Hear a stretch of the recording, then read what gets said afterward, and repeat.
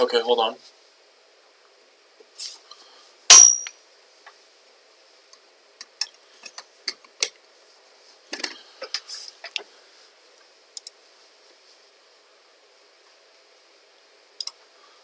Hold on. Let's fix this shit.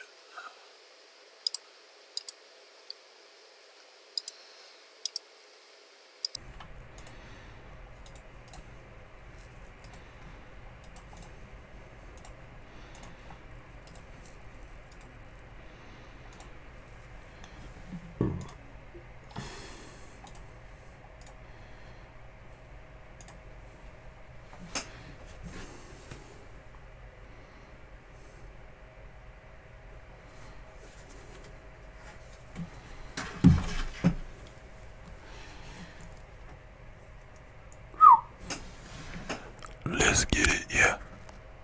Bah. Alright. We're going no cam today, boys and girls. We're going no cam today. I wanna... Hold on, I need to get the chat up on my phone. Otherwise, this is going to be a big poo.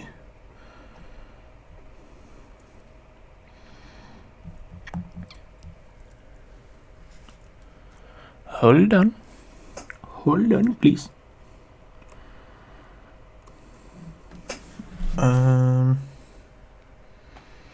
Remote? Oh, big time. Let's just throw it on that for now.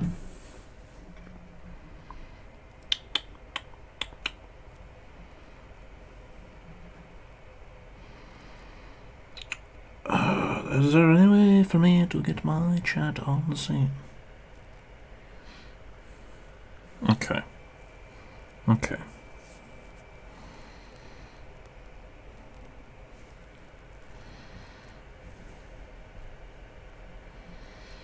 Alright, sorry about that. That's probably not a good thing to do there, you know. Let's open up my Steam.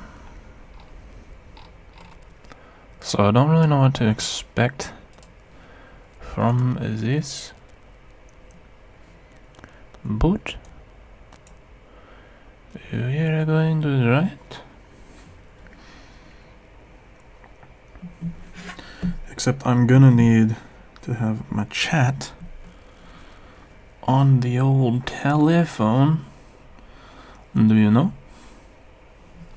Hold on a sec.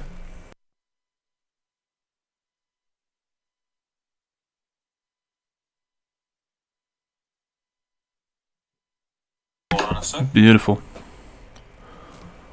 It was beautiful. Alright, so we're good. Get that on there. Minimize and let's play. So don't really know what to expect here, but I saw people playing this. Figured, you know what? Let's give it a try. Let's just try it out a little bit. Super weeb stream, let's go. This game is not suitable. Should I do it as Christopher Walken? This game is not suitable for children or those who are easily disturbed. Individuals suffering from anxiety or depression may not have a safe experience playing this game. For content warnings, please visit... I'm not going to read that.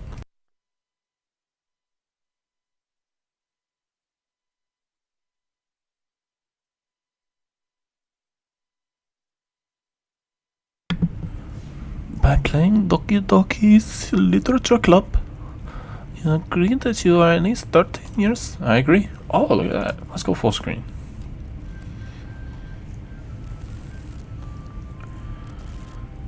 Alright, I gotta check the volume real quick.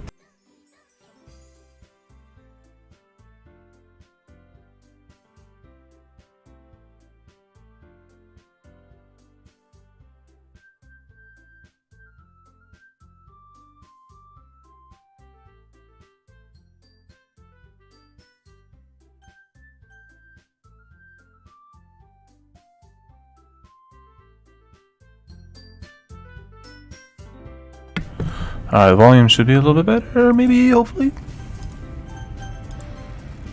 Text speed. I'm a fast reader. Let's put it up a little bit.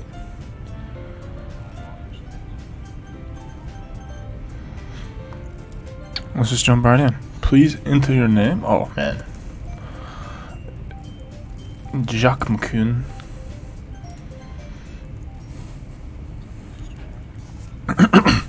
Hey.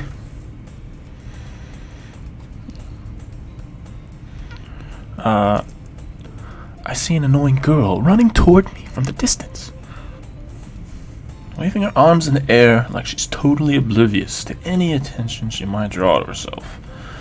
That girl is Sayori, my neighbor and good friend. Am I a boy or girl in this game?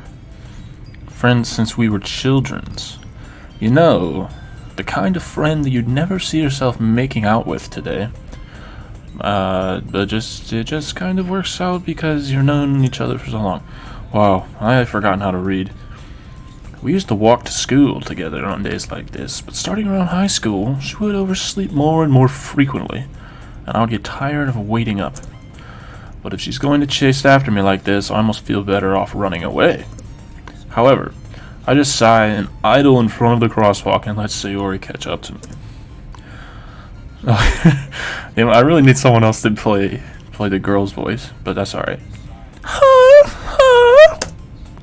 I overslept again. Oh my gosh, let's go. But I caught you this time. Maybe. Oh, wait. Is that me? I don't know who I'm supposed to be right here. Maybe. But only because I decided to stop and wait for you. Oh, wait. Okay, that was me. My bad. I'm sorry, guys. I'm sorry. Eee! You say that you were thinking about ignoring me. That's me, Jacques-kun. Well, if people stare at you for acting weird, then I don't want them to think you're a couple or something. Don't want them to think we're a couple or something. Fine. But you did wait for me after all. I guess you have it in you to be mean, even if you want to. Whatever you say, Sayori.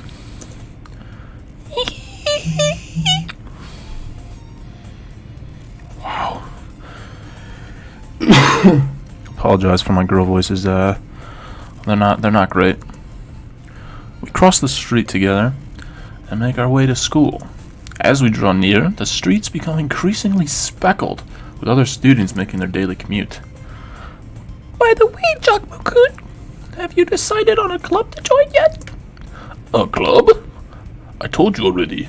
I'm really not interested in joining any clubs. I haven't been looking either. That's not true. You told me you want to join the club this year. Did I? I'm sure it's possible that I did. In one of our many conversations where I dismissively go along with whatever she's going on about. Just got a message on my telly. Oops.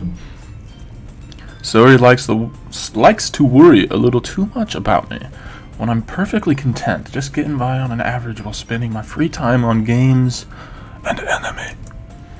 Uh-huh. I was talking about how I'm worried that you don't learn how to socialize or have any skills before college. Your happiness is really important to me, you know? I know you're happy now, but I die at the thought of you becoming a neat. What the f is a neat? A neat in a few years because you're not used to the real world. You trust me, right? Don't make me keep worrying about you. Alright. I'll look at a few clubs if it makes you happy. No promises, though. Will you at least promise you'll try a little? Yeah, I guess I'll promise you that. Yay! Why do I let myself get lectured by such a carefree girl? More than that, I'm surprised I even let myself relent to her. I guess seeing her worry so much about me makes me want to ease her mind at least a little bit, even if she does exaggerate everything inside of her head. School day is ordinary as ever, and it's over before I know it. After I pack up my things, I stare blankly at the wall, looking for an ounce of motivation. Clubs. Sayori wants me to check out some clubs. I guess I have no choice but to start with the anime club. Mountain Eyebrows, how are you? Welcome to the stream, buddy. Please, don't be off-put by these terrible voices I'm using. And enjoy. How's your evening going? I guess I have no choice but to start with the anime club. Hello? Sayori? Sayori must come into the classroom while I was spacing out. I look around and realize that I'm the only one left in the classroom. I thought I'd catch you coming out of the classroom, but I saw you just sitting here and spacing out, so I came in. Honestly, you're even worse than me sometimes. I'm impressed. You don't need to wait up for me if it's going to make you late to your own club. Well, I thought you might need some encouragement, so I thought, No what? Well, that you could come to my club. Sayori. Yeah? There's... Wrong voice. There is no way I'm going to your club. Meanie? I need a girl. Someone find me a girl to voice Sayori here. Sayori is vice president of the literature club. The lit club, no freaking chance. Not that I was ever aware that she had any interest in literature. In fact, I'm 99% sure she only did it because she thought it would be fun to help start a new club. Since she was the first one to show interest, after the one who proposed the club, she inherited the title Vice President. That said, my interest in literature is guaranteed to be even less. Yeah, I'm going to the anime club. Come on, please. Why do you care so much anyway? Well, I kind of told the club yesterday I would bring in a new member. And Natsuki made me cupcakes and everything. Oh, dude, I could go for some cupcakes right about now. My voice doesn't get that high, I'm so sorry. Don't make promises you can't keep. I can't tell if Sayori is really that much of an airhead or if she's so cunning as to have planned all of this out. I let out a long sigh. Fine. I'll stop by for a cupcake, okay? Yes, let's go! Mountain Eyebrows, how are my voices doing? Is it convincing you? And thus, today marks the day I sold my soul for a cupcake. I dejectedly follow Sayori across the school and upstairs, a section of the school I rarely visit, being generally used for third-year classes and activities. Sayori, full of energy, swings open the class door. Everyone, the new member is here. I told you, don't call me new member. Oh, wrong voice. I told you, don't call me new member. Eh? I glance around the room. Oh, there's more girls? Welcome to the literature club. It's a pleasure meeting you. Sayori always says nice things about you. Seriously? You brought a boy? Way to kill the atmosphere. Ah, Giacomo, what a nice surprise. Welcome to the club. All words escape me in this situation. There's no way I'm going to be able to remember the voices I assigned these random characters, though, so I apologize. This club is full of incredibly cute girls. Oh, what was her voice? What are you looking at? If you want to say something, say it. Sorry. Natsuki. The girl with the sour attitude, whose name is apparently Natsuki, is one I don't recognize. Her small figure makes me think she's probably a first year. She's also one who made cupcakes, according to Sayori. You can just ignore her when she gets moody. Sayori says quietly into my ear, then turns back toward the other girls. Anyway, this is Natsuki, always full of energy. And this is Yuri, the smartest in the club. Don't say things like that. Yuri, who appears comparably more mature and timid, seems to have a hard time keeping up with people like Sayori and Natsuki. Ah, well, it's nice to meet you both. And it sounds like you already know Monica, is that right? That's right. No, I don't remember the voice. It's great to see you again, Giacomo-kun. Monica smiles sweetly. We don't know each other well. We rarely talked, but we were in the same class last year. Monica was probably the most popular girl in class. Smart, Beautiful, athletic, basically completely out of my league. So having her smile at me so genuinely feels a little. So, what? Having her smile at me so genuinely feels a little. You too, Monica. Come sit down, Chuckmakut. We made room for you at the table so you can sit next to me or Monica. Oh, I gotta choose. I'll get the cupcakes. Oh, what's her voice? Hey, I made them. I'll get them. Sorry, I got a little too excited. Then how about I make some tea as well?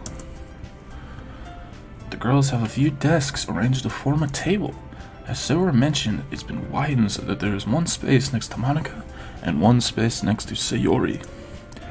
Natsuki and Yuri walk over to the corner of the room where Natsuki grabs a wrapped tray and Yuri opens the closet. Still feeling awkward, I take a seat next to Sayori. Natsuki proudly marches back to the table, tray in hand. Okay, are you ready? Ta-da! Awooah! What? Awooah! Natsuki lifts the foil off the tray to reveal a dozen white, fluffy cupcakes decorated to look like little cats. The whiskers are drawn with icing, and little pieces of chocolate were used to make the ears. So cute! Oh, what's her voice? I had no idea you were so good at baking, Natsuki. Well, you know, just hurry and take one. Sayori grabs one first, then Monica, I follow. It's delicious. Sayori talks with her mouth full and has already managed to get icing on her face. I turn the cupcake around in my fingers, looking for the best angle to take a bite. Natsuki is quiet. I can't help but notice her sneaking glances in my direction. Is she waiting for me to take a bite? I finally bite down. The icing is sweet and full of flavor. I wonder if she made it herself. This is really good. Thank you, Natsuki. Well, oh, wait. Well, why are you thanking me? It's not like I haven't heard this somewhere before. Made them for you or anything. Eh? I thought you technically did. Sayori said. Well, maybe. But not for you. You know, dummy. Alright. I give up on Natsuki's weird logic and dismiss the conversation. Yuri returns to the table carrying a tea set. She carefully places a teacup in front of each of us before setting down the teapot next to the cupcake tray. You keep a whole tea set in this classroom? Don't worry, the teachers gave us permission. After all, doesn't a hot cup of tea help you enjoy a good book? I guess. You don't let yourself get intimidated. Yuri's just trying to impress you. That's not... Insulted, Yuri looks away. I flipped their voices, my bad. I meant that, you know... I believe you. Well, tea and reading might not be pastime for me, but at least I enjoy tea. I'm glad. Yuri faintly smiles to herself in relief. Monica raises an eyebrow, then smiles at me.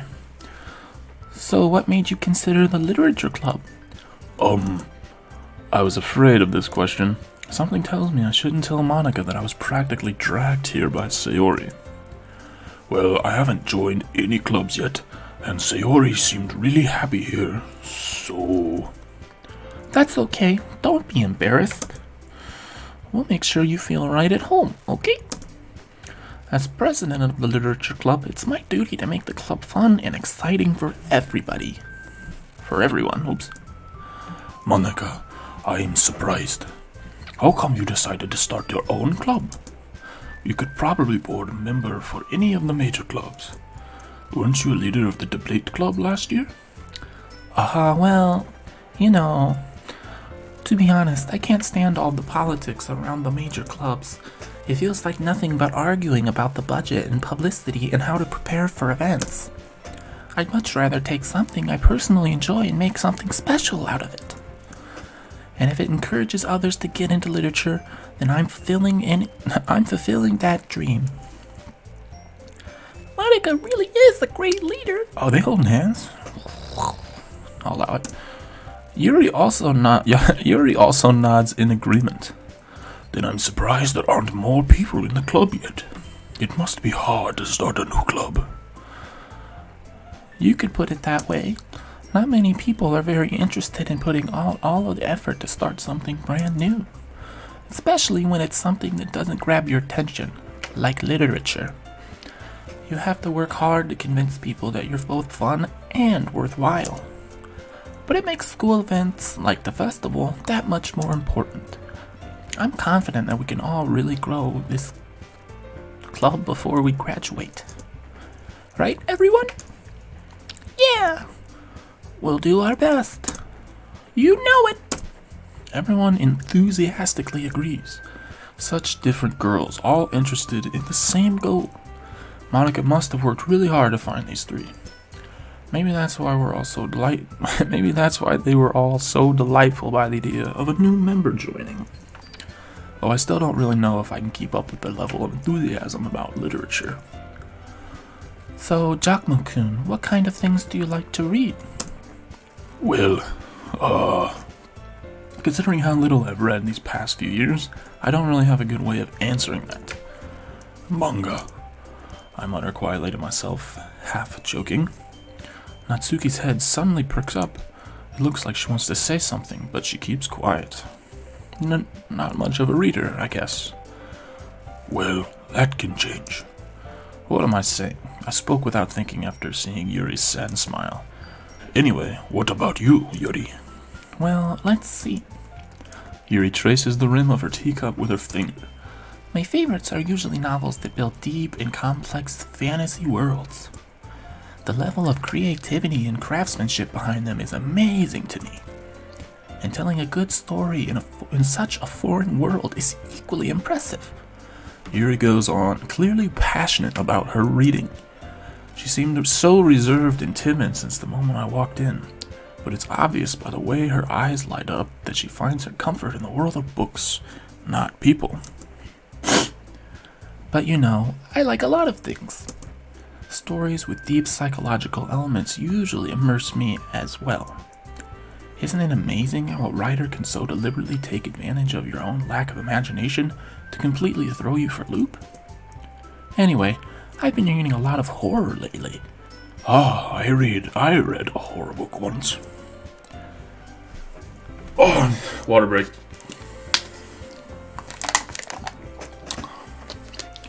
Do, do, do, do. Do, do, do.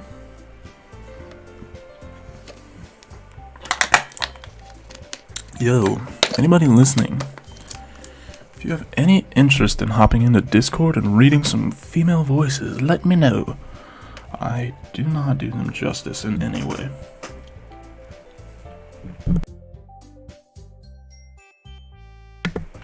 Alright. I desperately grasp something that I can relate to at a minimal level. At this rate, Yuri might as well be having a conversation with a rock. Really? I wouldn't have expected that, Yuri. For someone as gentle as you, I guess you could say that. But if a story makes me think or takes me to another world, then I really can't put it down. Surreal horror is often very successful at changing the way you look at the world, if only for a brief moment. Ugh, I hate horror. Oh. Voice change, my bad. Oh, why's that? Well, Natsuki's eyes dart over to me for a split second. Never mind. That's right. Oh, that's right. You usually like to write about cute things, don't you, Natsuki? What? What gives you that idea? You left a piece of scrap paper behind last club meeting. It looked like you were working on a poem called... Don't say it out loud!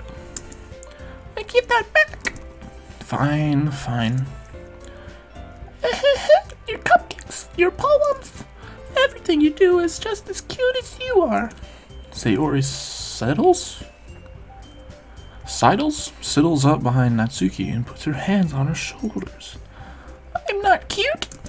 Natsuki, you write your own poems? Well, I guess sometimes. Why do you care? I think that's impressive. Why don't you share them? Why don't you share them sometime? No, Natsuki averts her eyes. you wouldn't like them. Not a very confident writer yet? I understand how Natsuki feels. Sharing that level of writing takes more than just confidence.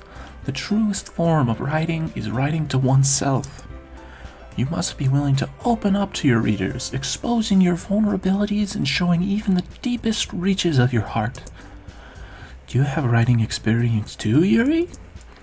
Maybe if you share some of your work, you can set an example and help Natsuki feel comfortable enough to share hers. I guess it's the same for Yuri. Oh, I wanted to read everyone's poems. We all sit in silence for a moment. Okay, I have an idea, everyone. Natsuki and Yuri look quizzically at Monica. Let's all go home and write a poem of our own. Then the next time we meet, we'll all share them with each other. That way, everyone is even. Yeah, let's do it. Damn, I need a girl to voice these people. Plus, now that we have a new member, I think it will help us get a little more comfortable with each other and strengthen the bond of the club. Isn't that right, Giacomo-kun? Monica smiles warmly at me once again. Hold on, there's still one problem. What's that? Now that we're back to the original topic of me joining the club, I bluntly come forth with what's been on my mind the entire time. I never said I would join this club. Sayori may have convinced me to stop by, but I never made any decision. I still have other clubs to look at, and, I lose my train of thought. All four girls stare back at me with dejected eyes. But, I'm sorry, I thought... Giacomo-kun? You all... I'm defenseless against these girls. How am I supposed to make a clear-handed decision when it's like this? That is, if writing poems is the price I need to pay in order to spend every day with these beautiful girls. Right. Okay, I've decided then. I'll join the literature club. One by one, the girls' eyes light up. Yes, I'm so happy. Sayori wraps her arms around me, jumping up and down. Hey. You really did scare me for a moment. If you really just came for the cupcakes, I would be super pissed. Then that makes it official. Welcome to the literature club. Thanks, I guess. Okay, everyone. I think that with that, we can officially end today's meeting on a good note. Everyone remember tonight's assignment? Write a poem to bring to the next meeting so we can all share. Monica looks over at me once more. Giacomo-kun. Oh, wrong voice. Giacomo-kun, I look forward to seeing how you express yourself. Dude, if I get to write my own poem in this game, like legit, game of the year. Alright, yeah. Can I really impress the class star Monica with my mediocre writing skills? I already feel the anxiety welling up inside me. Meanwhile, the girls continue to chit-chat as Yuri and Natsuki clean up their food. Hey, Giacomo-kun, since we're already here, do you want to walk home together? That's right. Sayori and I never walk home together anymore because she always stayed after school for clubs. Sure, might as well. Yay! With that, the two of us depart the club room and make our way home. The whole way, my mind wanders back and forth between the four girls. Sayori, Natsuki, Yuri, and of course, Monica. Will I really be happy spending every day after school in a literature club? Perhaps I'll have the chance to grow closer to one of these girls. Alright, I'll just need to make the most of my circumstances, and I'm sure good fortune will find me. And I guess that starts with writing a poem tonight. Oh, please let me type. It's writing, pick words you think your favorite club member will like. Something good might happen with whoever likes your poem. Oh, let me write my own poem, please.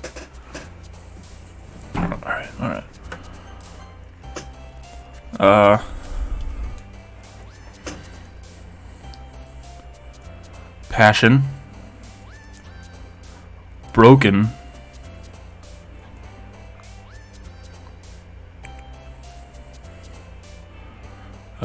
Rose. Doki Doki.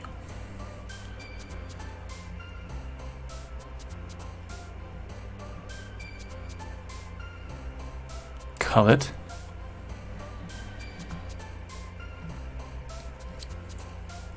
Boop. Vibrant. Lust.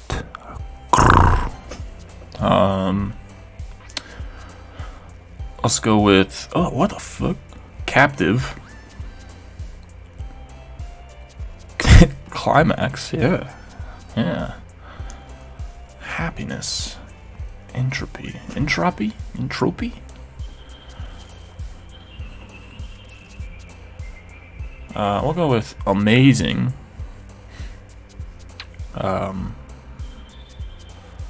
Love. Sticky. Sticky. Incongruent. Beauty. Kawaii.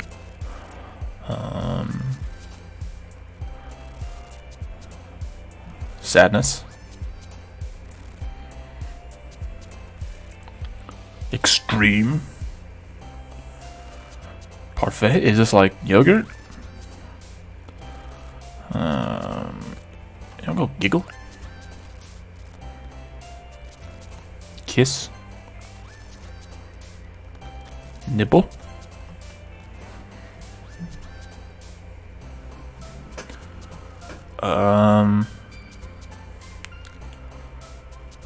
Papa. Yes, Papa. Let's see here. Cheeks? What? Yeah, cheeks. Bubbles. And we'll hit it with fireworks. Go out with a bang, yeah? Hi, Chakma-kun. Glad to see you didn't run away on us. Ha ha ha ha. Nah, don't worry. This might be a little strange for me, but at least I keep my word. Well, I'm back at the literature club. I was the last to come in, so everyone else is already hanging out. Thanks for keeping your promise, Chakma-kun. I hope this isn't too overwhelming of a commitment for you. Making you dive headfirst into a literature when you're not even when you're not accustomed to it. Oh, come on. Like he deserves any slack. Sayori told me you didn't want to join any club this year. And last year too. I don't know if you plan to just come here and hang out or what. But if you don't take us seriously, then you won't see the end of it. Natsuki, you certainly have a big mouth for someone who keeps her manga collection in the club room. Natsuki finds herself stuck between Monica and manga. Manga is literature. Swiftly defeated, Natsuki plops back to her seat. Don't worry, guys. Chakma-kun always gives it his best as long as he's having fun. He helps me with busy work without me even asking. Like cooking, cleaning my room. How dependable. Sayori, that's because your room is so messy it's distracting. And you almost set your house on fire once. Is that so? Jeez. Oh man, these voices are terrible, I apologize. You two are really good friends, aren't you? I might be a little jealous. How come? You and Chakma-kun become good friends too. Sayori. As usual, Sayori seems oblivious to the weird situation she just put me into. Oh, Yuri even brought you something today, you know? Wait, Sayori. Eh? Me? Not really. Don't be shy. It's really nothing. What is it? Never mind. Sayori made it sound like a big deal when it's really not. What do I do? I'm sorry, Yuri. I wasn't thinking. I guess that means it's up to me to rescue this situation. Hey, don't worry about it. First of all, I wasn't expecting anything in the first place. So any nice gesture from you is a pleasant surprise. It'll make me happy no matter what. Is that so? Yeah, I won't make it a big deal if you don't want it to be. Alright. Well, here. Yuri reaches into her bag and pulls out a book. I didn't. Oh, I did. Damn it. I didn't want you to feel left out. So I picked out a book that I thought you might enjoy. It's a short read, so it should keep your attention even if you don't usually read. And we could, discuss it if you wanted. This is. Oh, wait. This is. How is this girl accidentally being so cute? She even picked out a book she thinks I'll like, despite me not reading much. Yuri, thank you. I'll definitely read this. I enthusiastically take the book. Phew. Well, you can read it at your own pace. I look forward to hearing what you think. Now that everyone's settled in, I expect Monica to kick off some scheduled activities for the club. But that doesn't seem to be the case. Sayori and Monica are having a cheery conversation in the corner. Yuri's face is already buried in a book. I can't help but notice her intense expression, like she was waiting for this chance. Meanwhile, Natsuki is rummaging around in the closet. Man, looks like no one wants to be bothered today. I slump down in the nearest desk. How am I supposed to occupy myself with something literature related by myself like this? I guess I could always read some of the book Yuri gave me, but I'm feeling a little too tired to read. Isn't this a horror game? Isn't it? What? Is reading the spooky part? Like, I agree, but I don't know. I could probably fall asleep right now. I close my eyes and end up listening in on Sayori's conversation with Monica. We're probably gonna have really lame compared to all the other clubs, though. Well, we can't give up. The festival is our chance to show everyone what literature is all about. The problem is that the idea of a literature club sounds too dense and intellectual. But it's not like that at all, We just need a way of showing that to everyone. Something that speaks to their creative minds. That doesn't solve the problem, though. Oh, these voices are gonna do me in. I'll tell you that. What do you mean? Even if we come up with the most fun thing ever, nobody will come in the first place if it's a literature event. So it's more important to figure out how to get people to show up in the first place, And after they come, we can do the thing to speak to their creative minds. What's this? Sayori's taking this really seriously. It's rare to hear her deliberating like this. That's a good point. In that case, do you think food will do the trick? What kind? Well, I guess we could... Cupcakes! Cupcakes! Aha, good thinking. Natsuki would love to do that. You're right. Natsuki makes the best cupcakes. That works out perfectly. That wasn't why you suggested it? Cupcakes speak to my creative tummy. Cupcakes it is, then. I'm hungry. Anyway, we still need to work out the details of the event itself. I find myself smiling. In the end, Sayori is her usual self. By therein lies the unexpected reason I admire her. Unlike me, who has trouble finding any motivation at all, Sayori can put her mind to things and make them come to life. I suppose that's why I end up letting her get on my case about things. I can't help but wonder what it would be like to see the world through her eyes. What? I open my eyes to find Sayori's face filling my vision. I nearly fall out of my chair. Sorry. Wait. Actually, I'm not sorry at all. It's your fault for sleeping like that. I can't get that high. I apologize. This isn't the napping club. Does our school have a napping club? You're staying up late again, aren't you?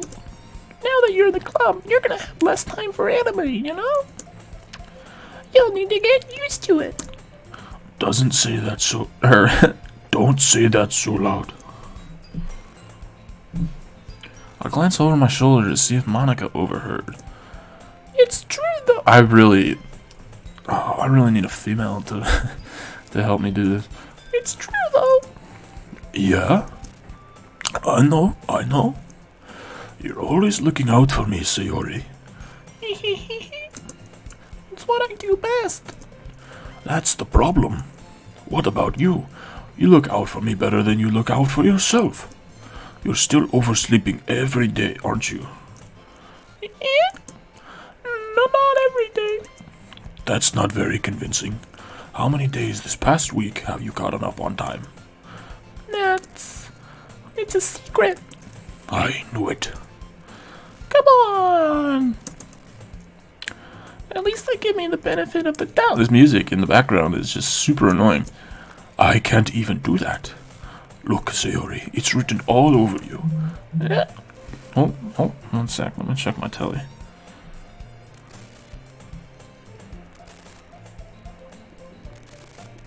Alright, we're good. Sayori glances around at herself. How is it written all over me? You were clearly in a rush this morning. Look, your hair is sticking out all around here. Oh. I run my fingertips down the side of Sayori's hair, trying to straighten it out. No boy. Man, you really need a brush for this. My hair is just really hard to get right. I won't fall for that. There's more than just your hair. Look, your bow isn't straight either. And there's toothpaste stain on your collar right here. I try to wipe off the stain with my finger. But nobody would ever notice that.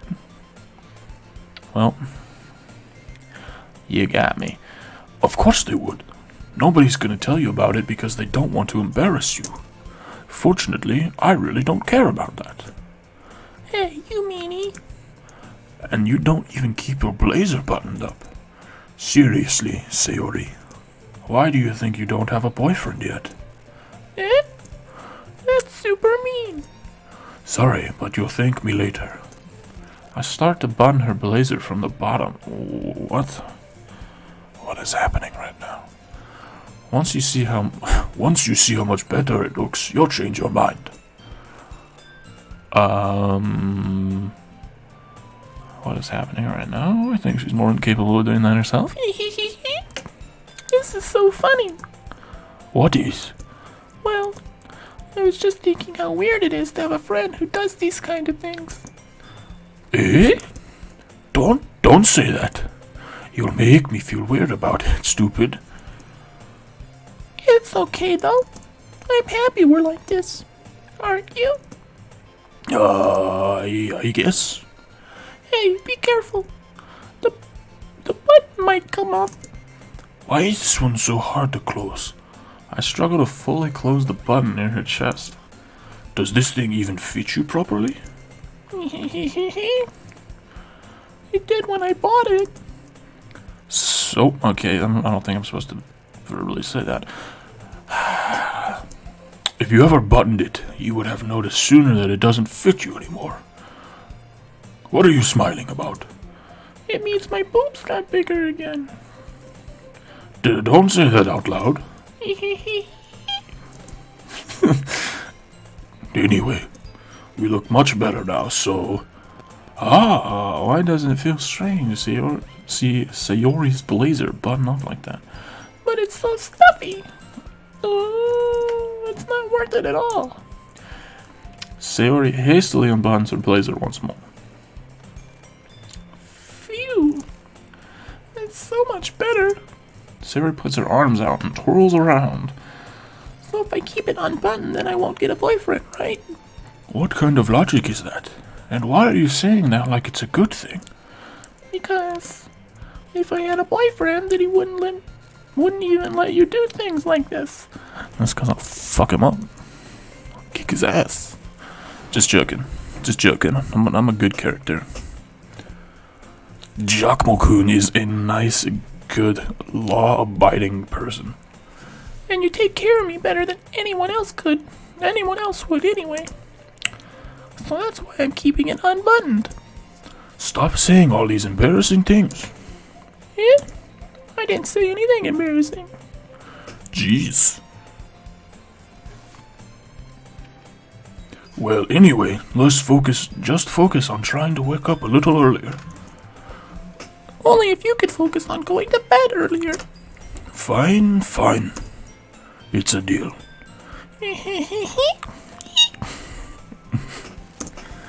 I guess we really are better at taking care of each other than we are at taking care of ourselves. I really hope I'm not too loud that my mom can hear me, because that would be a little weird. Yeah, I guess so, huh? So maybe you should come wake me up in the morning. Whoa.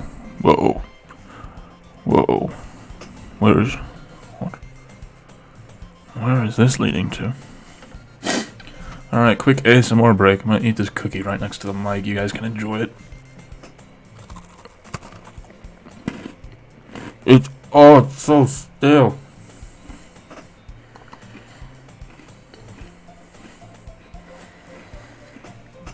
It's pretty good though.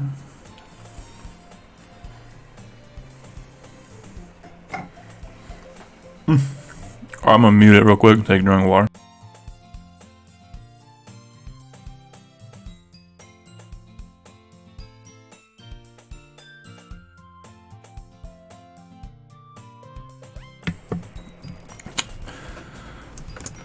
You're doing it again, Sayori. But I was joking that time.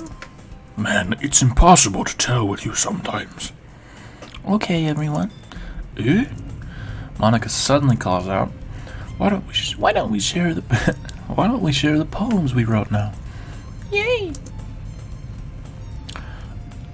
Giacomo-kun, I can't wait to read yours.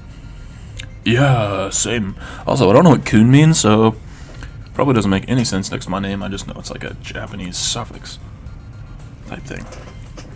I fail to sound enthusiastic, but Sayori still trots away to retrieve her poem. By the way, did you remember to write a poem? I'm sorry, butcher that. By the way, did you remember to write a poem last night? Yeah. My relaxation ends. I can't believe I agreed to do something so embarrassing. I couldn't really find much inspiration since I've never really done this before. Well, now that everyone's ready, why don't you find someone to share with? I can't wait. Sayori and Monica enthusiastically pull out their poems. Sayori's is on a wrinkled sheet of loose leaf torn from a spiral notebook. Would you guys prefer that? I mean, would it be better if I put on a webcam or no? Nah, just keep it off for now. Maybe next read through we'll put it on. Sayori, On the other hand, Monica wrote hers in a composition notebook. I can already see Monica's pristine handwriting from where I sit. Natsuki and Yuri reluctantly comply as well, reaching into their bags. I do the same myself. Who should I show my poem to first?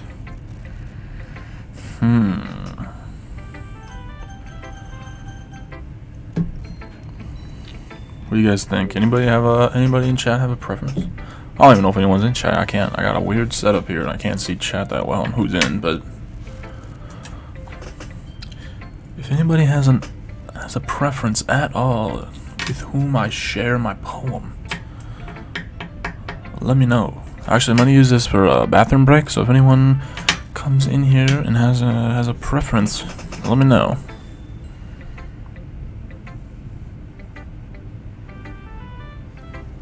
I'm gonna use the bathroom very quickly. I'm gonna mute it and I'll be back in about 1 minute. Hang tight.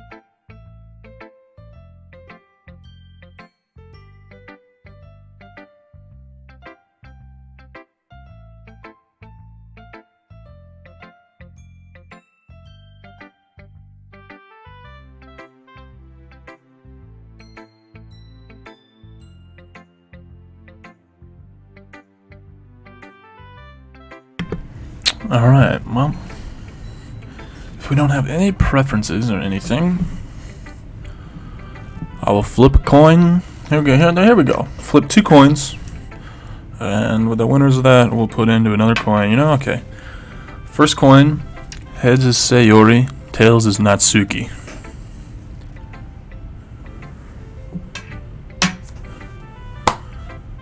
It's heads, so Sayori.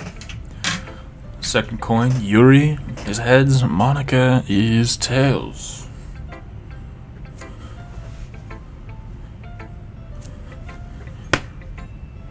It was also heads, so Sayori versus Yuri. Sayori next coin will be heads, Yuri will be tails. It was heads. I just got heads 3 times in a row. That's pretty freaking weird.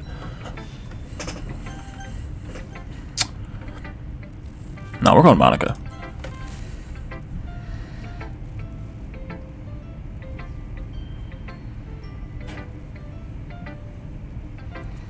Okay, sorry. I should start with I just kind of want to pick Monica. Her name's the easiest to say, so. Yesterday she seemed eager to read my poem, and I want her to. That's why I picked her. I thought she was the one that was like, I can't wait. And I want her to know that I'm putting in effort. Is she the president? Hi, Giacomo-kun. Having a good time so far? Yeah. Good, I'm glad to hear it. By the way, since you're new and everything, if you ever have any suggestions for the club, like new activities or anything we can do better, I'm always listening. I'm always listening. Don't be afraid to bring things up, okay?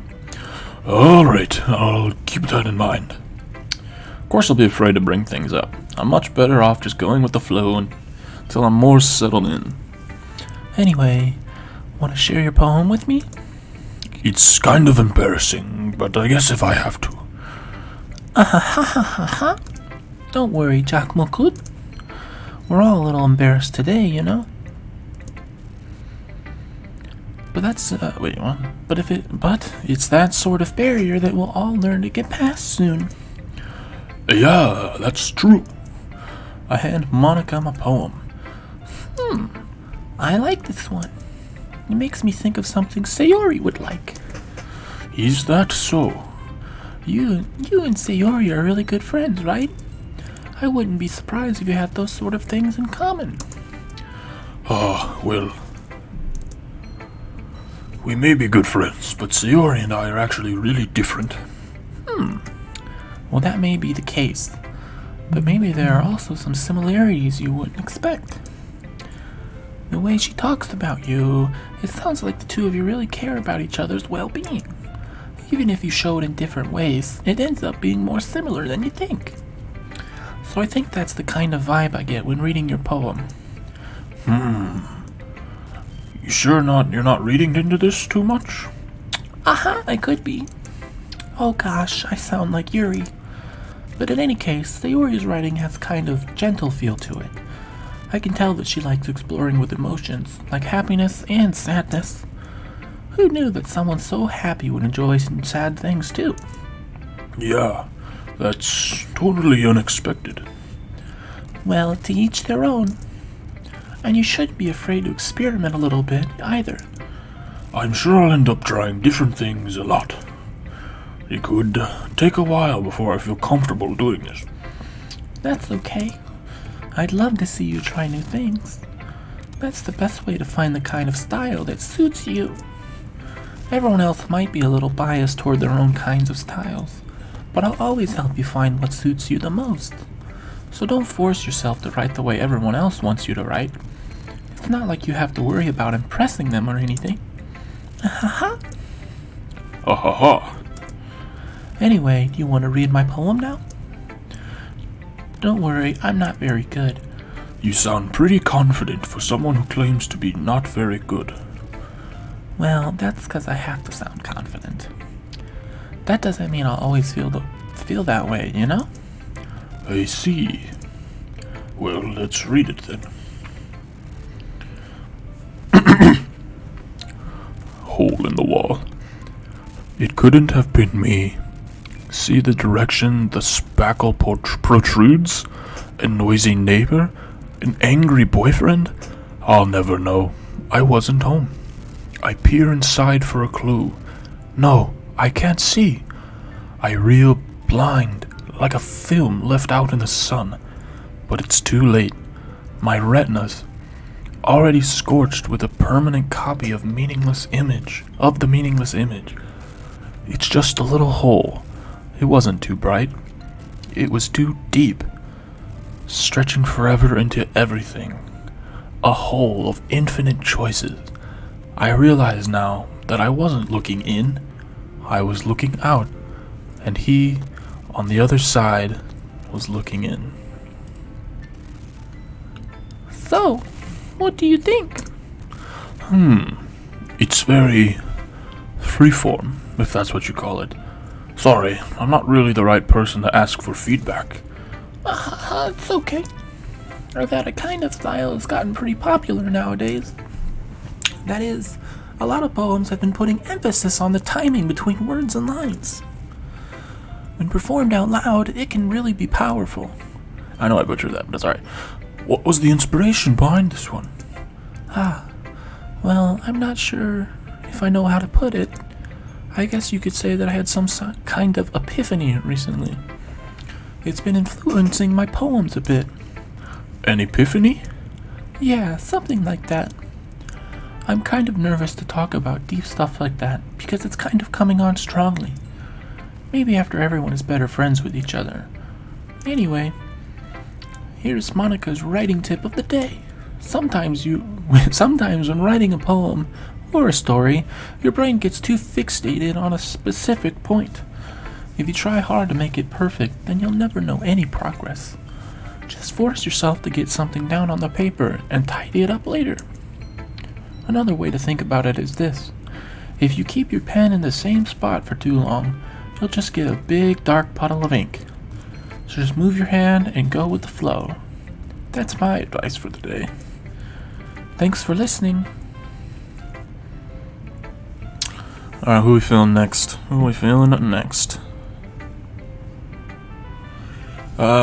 Who won originally? Sayori? Sayori's going last because she's my neighbor and she made me button up her shirt, and that would have made me a little bit uncomfortable. Let's go with Natsuki. Why not? Well, it's about what I expected from someone like you. That's a little blunt. Well, excuse me. It's not like I said it was bad. It just didn't evoke any emotions. So basically, it's not cute enough for your tastes. Do you want to get smacked? I'll pass. Sigh. Well, anyways, I guess I need to show you mine. Not that you'll like it. Eagles can fly. Monkeys can climb.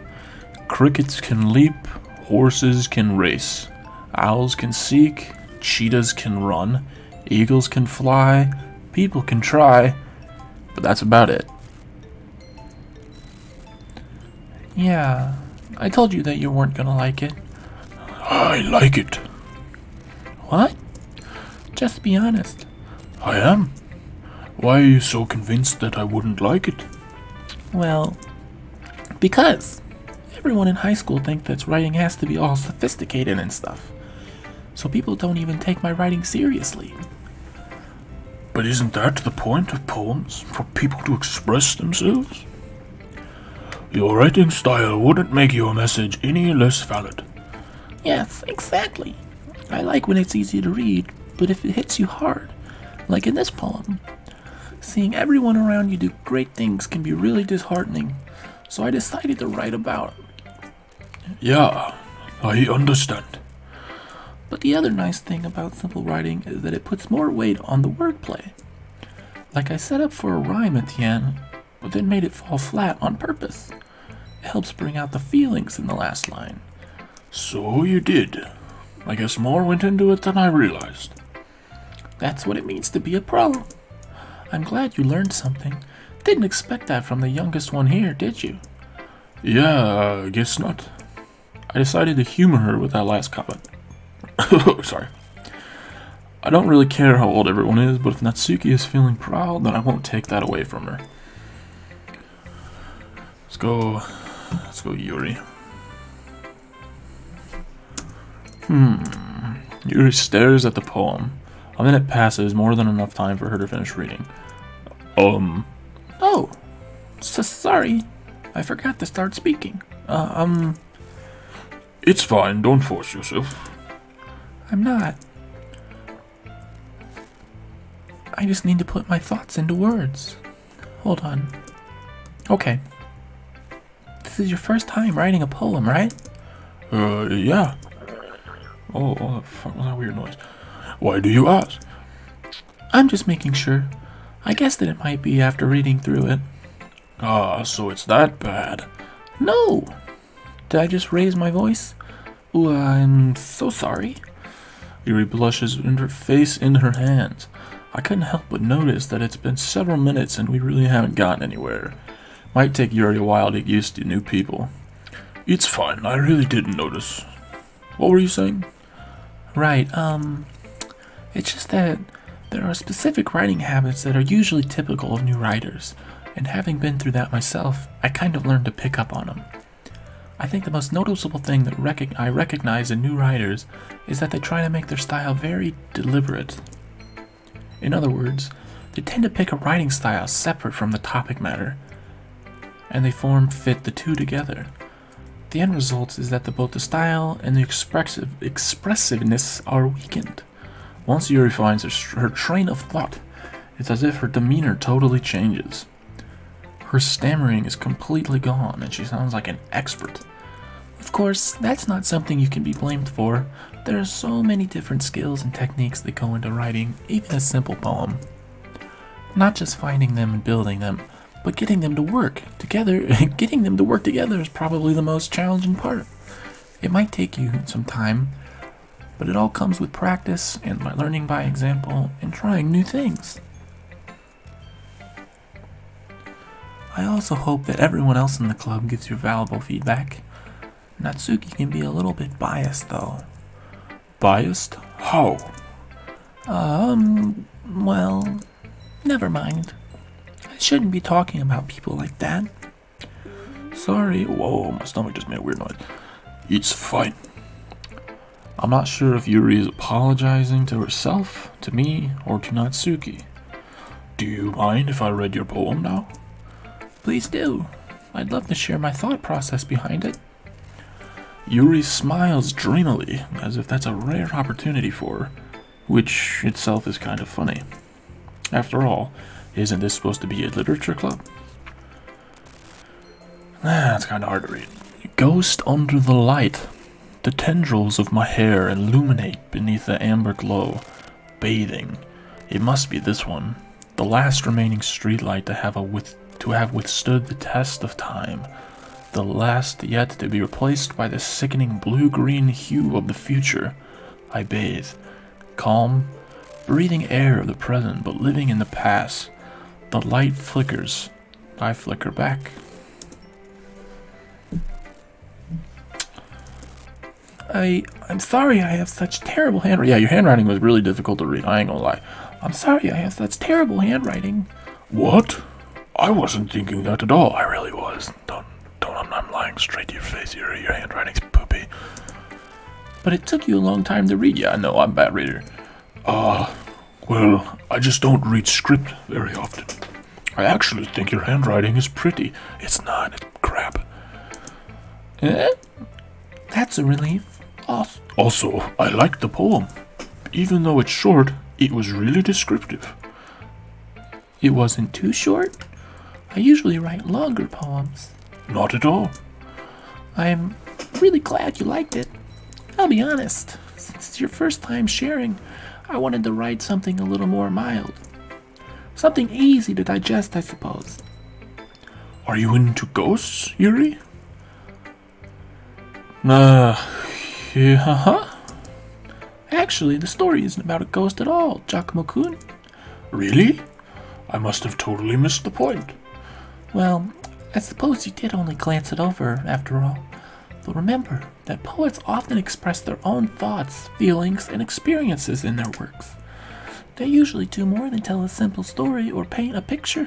I just realized the voice I use for Sayori is just going to be incredibly impossible to read after this next encounter. In this case, perhaps the subject of the poem is only being symbolically compared to a ghost, lingering in her last remaining place of comfort, unable to let go of the past, and soon to be left with nothing. That's a lot more solemn, putting it that way. I hadn't even thought of that. That's impressive. It's nothing, really. Well, it makes me happy that you think that. Just remember that it won't be long before you pick up on these things, too. Yeah, maybe you're right. I guess I'll have to keep trying. I'm counting on you. Oh. Who should I show my poem to next? Sayori. Oh, man. Oh my goodness! This is so good, Chakmo-kun. Eh? I love it. I had no idea you were such a good writer. Sayori, you must be seriously overreacting. I'm not a good writer at all. I honestly have no idea what I'm doing. Well, maybe that's why. Because I have no idea what I like either. Jeez.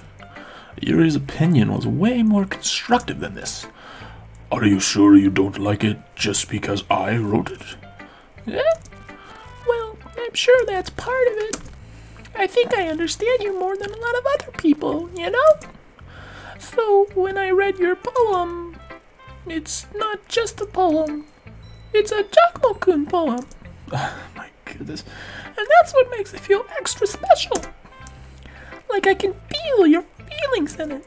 Sayori hugs the sheet against her chest. You're so weird, Sayori. I'm really happy just that you wrote about. Wait, what? I'm really happy just that you wrote one. It just reminds me of how you're really a part of the club now. Not to mention the fact that I'm standing in front of you in the club room? Well, of course.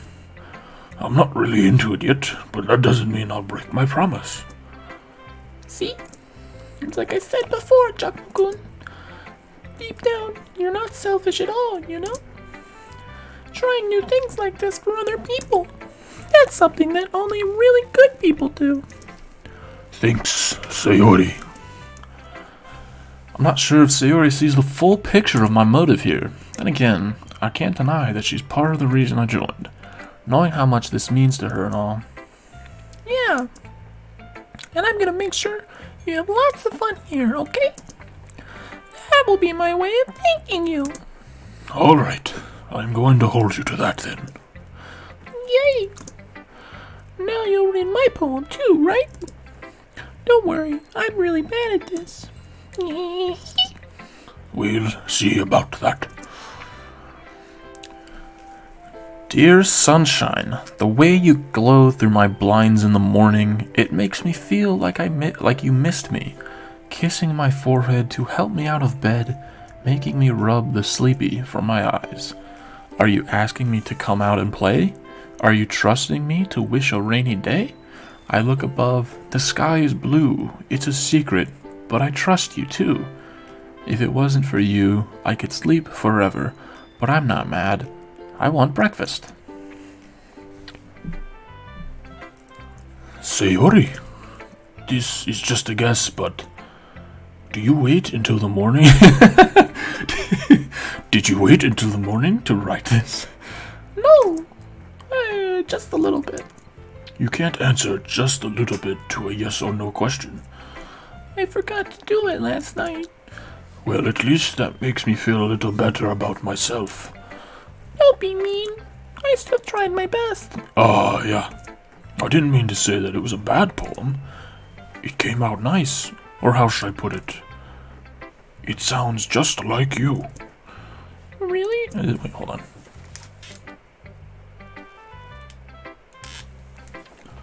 Yeah. Especially that last line. I made eggs and toast. even though you were late to school? It's bad to skip breakfast. I get all cranky. Well, I guess there's no point in arguing. Anyways, thanks for showing me. This was so much fun. Monica's the best. Yeah. But next time, I won't forget. And I'm gonna write the best poem ever. Well, I guess I look forward to it. Phew. I guess that's everyone. I glance around the room. That was a little more stressful than I anticipated. It's as if everyone is judging me for my mediocre writing abilities. Even if they're just being nice, there's no way my poems can stand up to theirs. This is a literature club, after all. I sigh. I guess that's what I ended up getting myself into. Across the room, Sayori and Monica are happily chatting. My eyes land on Yuri and Natsuki. They gingerly exchange sheets of paper, sharing their respective poems. As they read in tandem, I watch each of their expressions change. Natsuki's eyebrows furrow in frustration. Meanwhile, Yuri smiles sadly. What's with this language? Did you say something? Oh, it's nothing. Natsuki dismissively returns the poem to the desk with one hand. I guess you could say it's fancy. Ah, thanks. Yours is cute. Cute? Did you completely miss the symbolism or something? It's clearly about the feeling of giving up. How can that be cute? I know that. I just meant the language, I guess. I was trying to say something nice.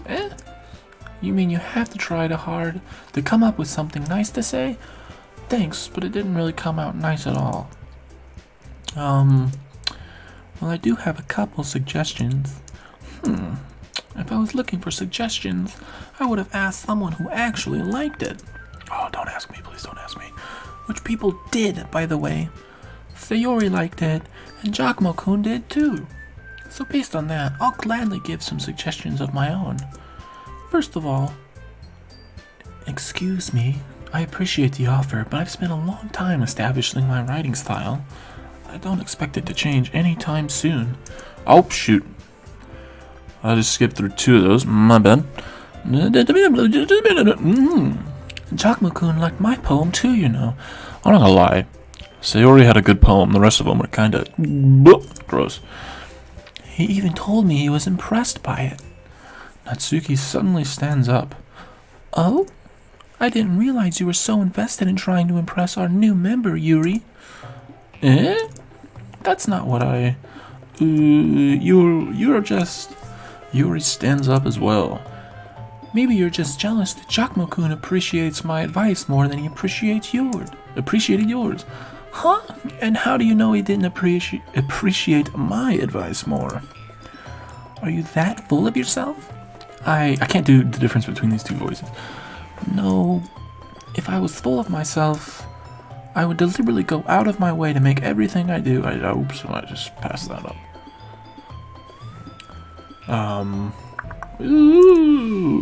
What?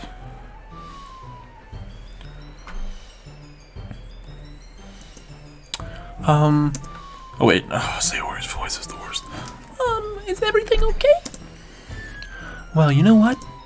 I wasn't the one whose boob magically grew a size bigger as soon as Giacomo-kun started showing up. Natsuki, that's a little... This doesn't involve you. I don't like fighting, guys. Suddenly, both girls turned towards me as if they just noticed I was standing there. Giacomo-kun, she's just trying to make me look bad. That's not true. She started it. If she could get over herself and learn to appreciate that simple writing is more effective, then this wouldn't have happened in the first place. What's the point in making your poems all convoluted for no reason?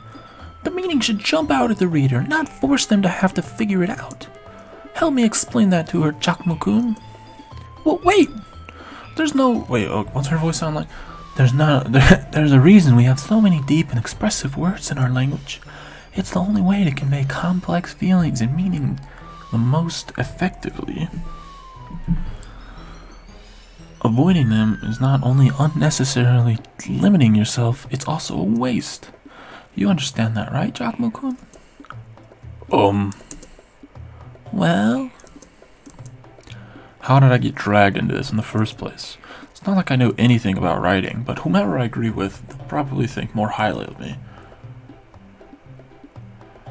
One sec, I'm gonna mute the mic to take a drink and eat this cookie.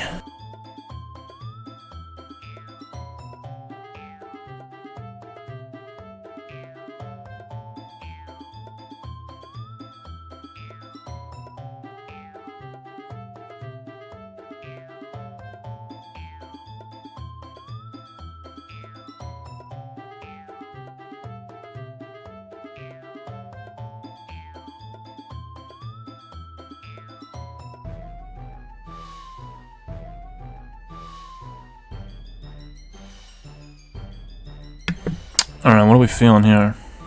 Who should I side with?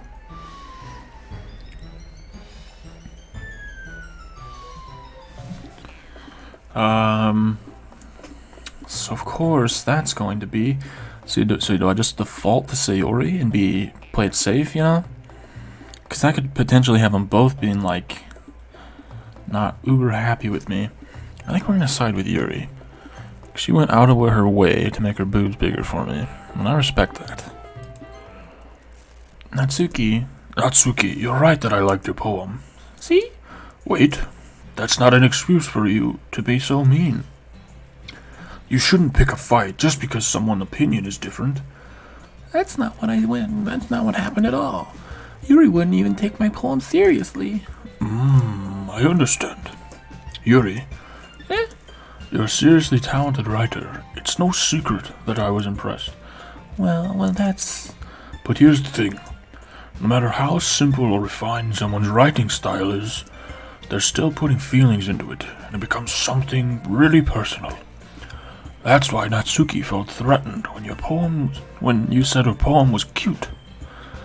I see. I didn't notice that. I'm sorry. But Natsuki, you took it way too far.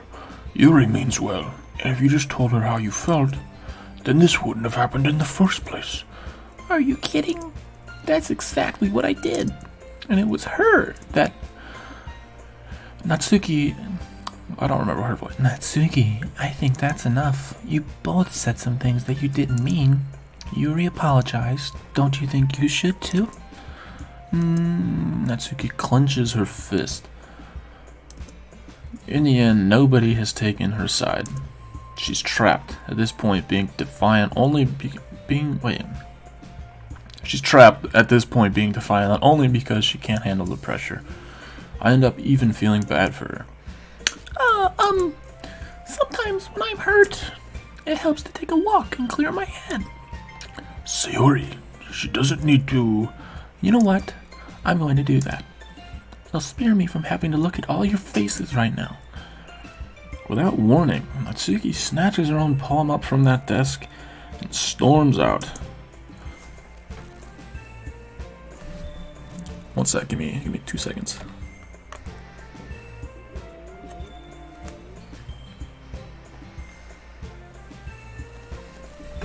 Alright. On her way out, she crumples up the poem with her hands and throws it in the trash. Natsuki! She really didn't need to do that. I look across the room. Yuri has her chin buried in her hands while she stares down at her desk. I gingerly approach her and sit in an adjacent chair. Sigh. Everything alright? I'm so embarrassed. I can't believe I acted like that. You probably hate me now. No, Yuri. How could anyone not have gotten frustrated after being treated like that? You handled it as well as anyone could. I don't think any less of you. Well, alright, I believe you. Thanks, Giacomo-kun. You're too kind.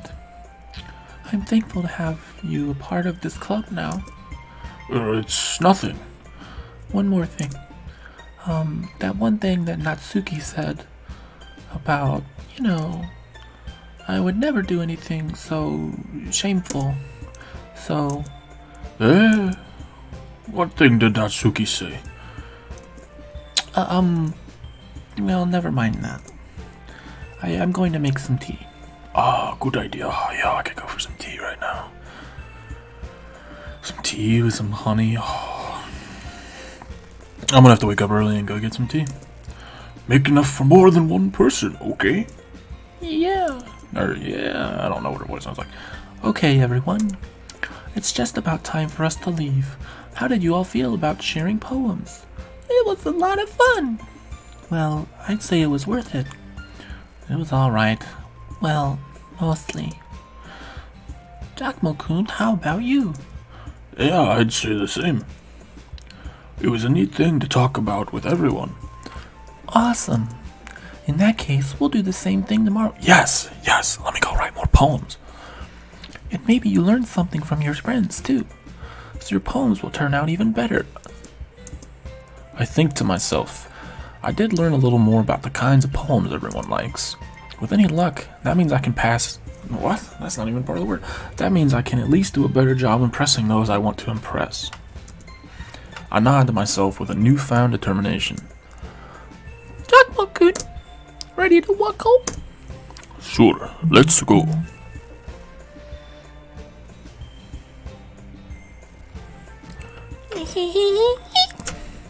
Sayori beams at me. It truly has been a while since Sayori and I have spent this much time together. I can't really say I'm not enjoying it either. Sayori, about what happened earlier. What do you mean? You know, between Yuri and Natsuki. Does that kind of thing happen often? No. That's really the first time I've seen them fight like that. I promise they're both wonderful people. You don't hate them, do you?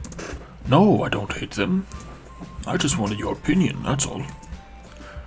I can see what? I can see why they'd make good friends with you. Phew. You know, Giacomo-kun, it's nice that I get to spend time with you in the club, but I think seeing you get along with everyone is what makes me the happiest. And I think everyone really likes you, too. That's... Oh, man. Doing her voice kind of hurts my jaw. Every day is going to be so much fun. Sigh. I mean... It looks like Sayori still hasn't caught on to the kind of situation I'm in. Sure, being friends with everyone is nice, but does it really need to stop there? We'll just have to see what the future holds, Sayori. I pat Sayori on the shoulder. I said that more to myself than to her, but it's easy to use Sayori as an internal monologue sometimes. Okay. Yeah, let's do this. Yo, let's go. I don't really remember what each person liked.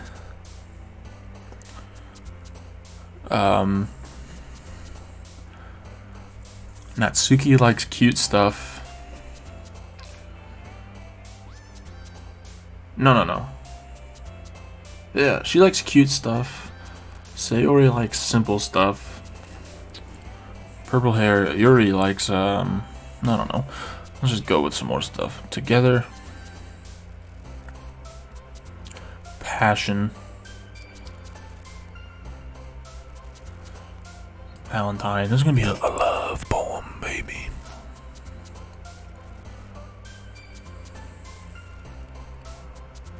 Covet.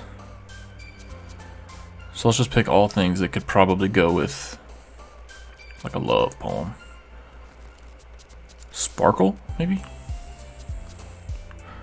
Let's go ambient. Sunset, climax, universe, clouds, family, vivacious. What? Vivacious. Don't really know what that means, but we're going with it. Time, play, insight, heartbeat. Alright, you know what? It's gonna start as a love poem and then slowly turn kind of dark. Yeah, we feeling it? Depression.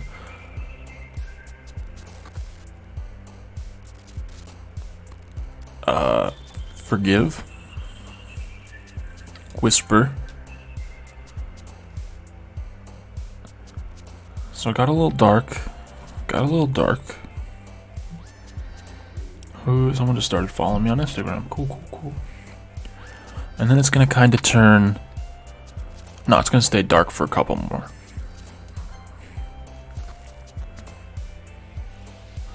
Then it's gonna get really light at the end. Laugh. A tone.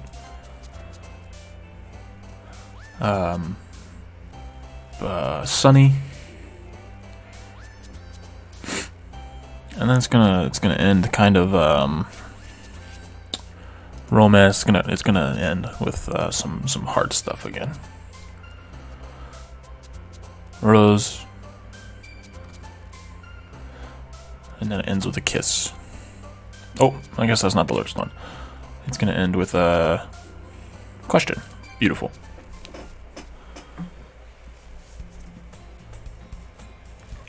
All right, quick minute or so break.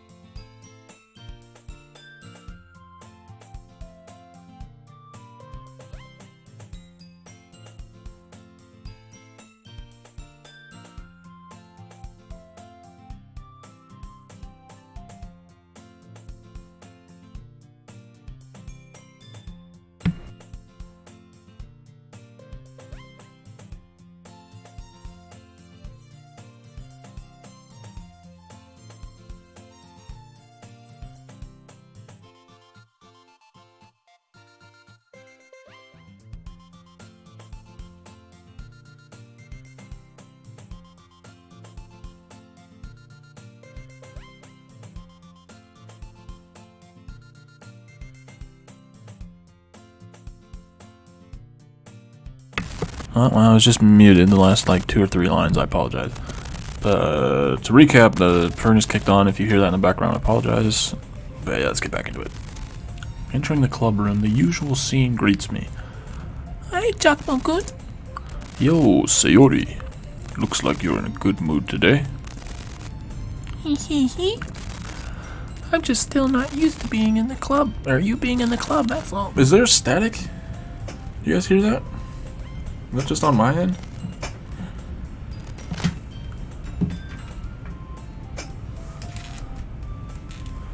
I don't know.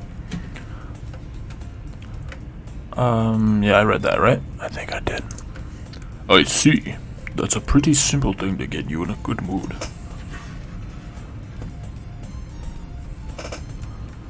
But I guess it's always the simple things with you, anyway.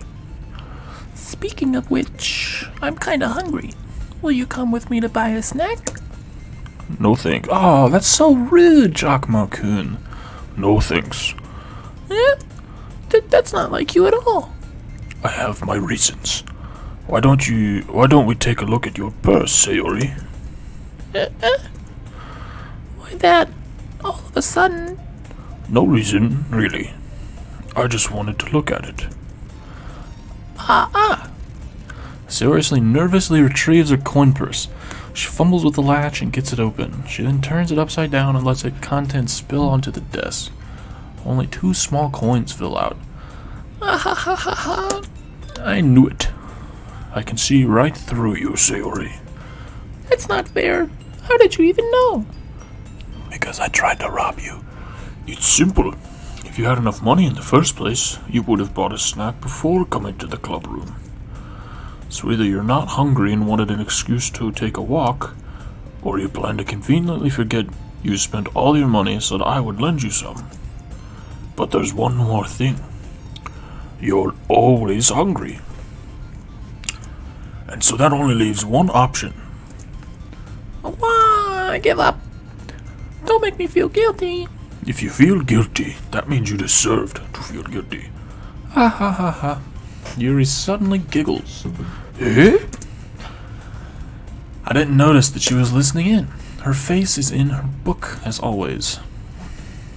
I wasn't listening or anything. It was just something in my book. Yuri, tell Chocolate-kun to let me borrow some money.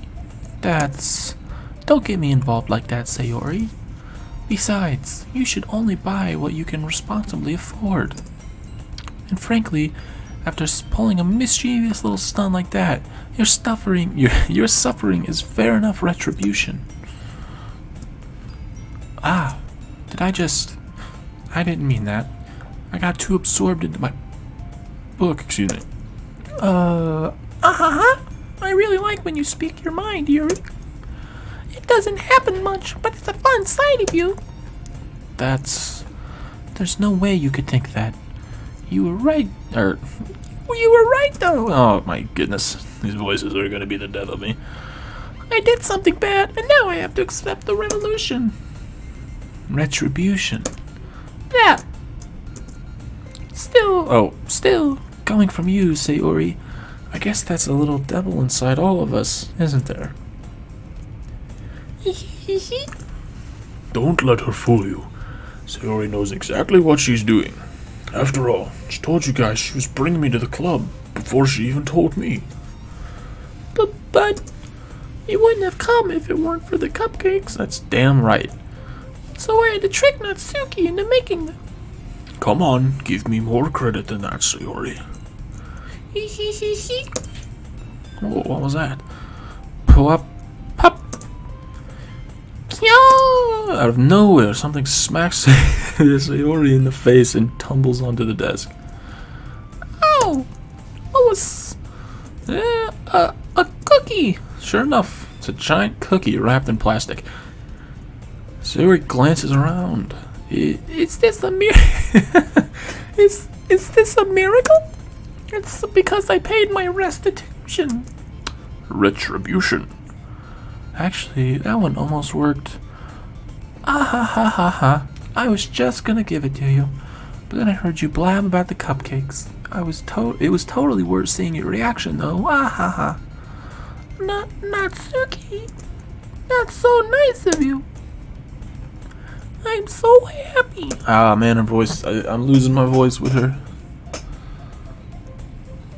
I don't know how much longer I can keep this up. Ooh. Sayori hugs the cookie. That's weird. Oh. Sayori rapidly tears open the wrapper and takes a big bite. So good. Sayori suddenly clasped her hand over her mouth. I bit my tongue. You're gonna... What? You're going through a lot over just one cookie. Natsuki takes a bite of her own cookie. Yours looks really good too, Natsuki. Can I try it? Jeez, beggars can't be choosers. But yours is chocolate. Yeah, why do I think I gave you that one? Fine. Still, I'm really happy you shared this one with me. Sayori gets out of her seat and goes behind Natsuki, then wraps her arms around her. Jeez. I get it. Cookie is still in hand. Natsuki reaches to nudge Sayori off of her. Oof. Sayori suddenly leans down and takes a bite out of Natsuki's cookie. Hey! Did you seriously just do that? Ha. Mouth full, Sayori trots away safely. To safety, I mean. Yuri and I laugh as well. Geez, you're such a kid sometimes. Monica, can you tell Sayori... Yeah? Natsuki glances around. Monica isn't in the club room. Ugh. Where's Monica anyway? Good question. Any of you heard anything about her being late today? Not me. Yeah, I haven't either.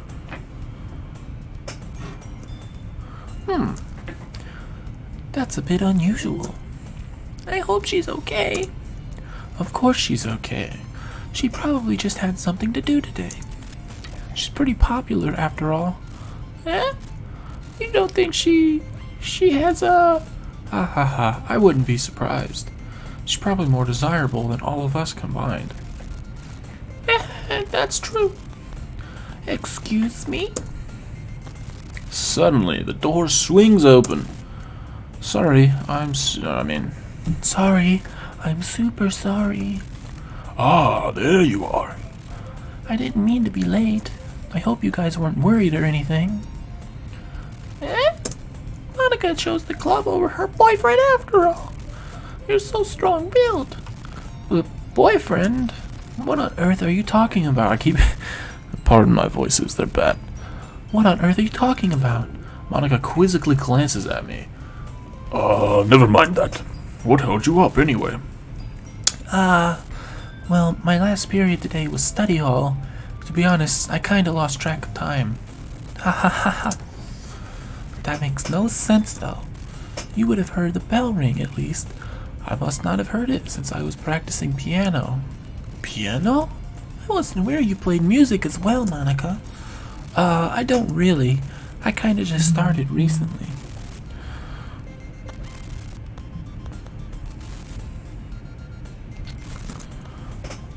I've always wanted to learn piano. That's so cool. Alright, for just a kind of, a stretch of a couple minutes, I'm just gonna read these all in the same voice. My jaw hurts so bad. You should play something for us, Monica. Monica looks at me. Maybe once I get a little better, I will. Yay, that sounds cool. I'll do my voice, though, because I have to. I'd also look forward to that. Is that so? In that case, I won't let you down, Giacomo-kun. Monica smiles sweetly. I didn't mean any pressure or anything like that. Ha ha ha, don't worry. I've been practicing a whole lot recently. And I'd really love the chance to share once I'm ready. I see. In that case, best of luck. Thanks. So I didn't miss anything, did I? No, not really. I chose to leave out Sayori's mischievous escapade. I'm sure Natsuki will end up complaining to her anyway. It looks like everyone is already settled down. Sayori somehow already finished her entire cookie. Yuri is back to her book, and Natsuki disappeared into the closet. The closet? What? I'm really curious to talk Yuri. I'm really curious to talk to Yuri a little bit more. But at the same time, I wouldn't feel bad for distracting her from reading. I catch a glimpse of the cover of her book. It looks like the book that she lent to me. More than that, she seems to be on the first few pages. Oh, music change. Crap. I think she noticed me looking at her. She sneaks another glance at me and our eyes meet for a split second. That only makes her hide her face deeper in the book. Sorry, I was just spacing out. I mutter this, sensing I made her uncomfortable. Oh, it's fine. If I was focused, then I probably wouldn't have noticed in the first place. But I'm just rereading a bit of this, so... That's the book that you gave me, right? I wanted to reread some of it. Not for any particular reason. Just curious, how come you have 2 copies of the same book? Well, when I stopped at the bookstore yesterday... that's not what I meant. I mean, I just happened to buy 2 of them. I see. There's something fairly obvious here that Yuri isn't telling me, but I decided to let it go. I'll definitely start reading it soon. I'm glad to hear. Once it starts to pick up, you might have a hard time putting it down. It's a very engaging and relatable story. Is that so? What's it about, anyway? Well, Yuri closes the book and scans her eyes over the back. The book is titled Portrait of Markov. There's an ominous-looking eye symbol on the front cover. Alright, I just wanted to make sure I don't actually give anything away. Basically, it's about this girl in high school who moves in with her long-lost younger sister. But as soon as she does, her life gets really strange. She gets targeted by these people who escaped from a human experiment prison. And while her life is in danger, she needs to desperately choose who to trust. No matter what she does, she ends up destroying most of her relationships, and her life starts to fall apart. That's kind of dark, isn't it? Yuri made it sound like it was going to be a nice story, so the dark turn came from nowhere. Ahaha! Yuri gently giggles all of a sudden. Are you not a fan of that sort of thing, Giacomo-kun? No, it's not that. I mean, oh, it's not that. I mean, I can definitely enjoy those kind of stories, so don't worry. I hope so. Yeah, I totally forgot that Yuri is into those things. She's so shy and reclusive on the outside, but her mind seems to be completely different. It's just that those kind of stories that challenge you to Man, I'm getting tired. My eyes are... I can't read these words, is it? They challenge you to look at life from a new, strange perspective. When horrible things happen, not just because someone wants to be evil, but because they have their own goals or their philosophy that they believe in. Then suddenly, when you thought you related to the protagonist, they're made out to be the naive one for letting their one-sided morals interfere with the villain's plans. I'm rambling, aren't I? Not again. I'm sorry. Hey, don't apologize. I haven't lost interest or anything. Well, I guess it's alright then. But I feel like I should let you know that I have this problem. When I let things like books and writing fill my thoughts, I kind of forget to pay attention to other people. So I'm sorry if I end up saying something strange. And please stop me if I start talking too much. I really don't think you need to worry. That just means you're passionate about reading. The least I can do is listen. It's a literature club, after all. Ah. That's true. In fact, I might as well get started reading it, right? You don't have to. What are you saying? Just a moment ago you said you were looking forward to it. Let me just get the book. I quickly retrieved the book that I had put into my bag. Also, by the way, after this in-game day ends, I'm probably going to wrap it up and jump back in tomorrow. I quickly retrieved the book that I had put into my bag. Alright, it's fine if I sit here, right? I slip into the seat next to Yuri's. Ah, yeah. Are you sure? You seem a little apprehensive. I'm sorry. It's not that I don't want you to. It's just something I'm not very used to. That is, reading in company with someone. I see. Well, just tell me if I end up distracting you or anything. Alright. I open the book and start the prologue. I soon understand what Yuri means about reading in company. It's as if I can feel her presence over my shoulder as I read. It's not a particularly bad thing. Maybe a little distracting, but the feeling is somewhat comforting. Yuri's in the corner of my eye. I realize that she's not actually looking at her own book. I glance over. It looks like she's reading from my book instead. Sorry. I was just... Yuri, you really apologize a lot, don't you? I do? I don't really mean to, sorry. I mean... This should work, right? I slide my desk until it's up against Yuri's, then hold my book more between the two of them. The two of them? You mean the two of us? I suppose so. Yuri timidly closes her own copy. Once we lean in a little bit, our shoulders are almost touching. Feels like my left arm is in the way, so instead I use my right hand to hold open the book. So I guess that makes it kind of difficult to turn the page. Here. Yuri takes her left arm and holds the left side of the book between her thumb and forefinger.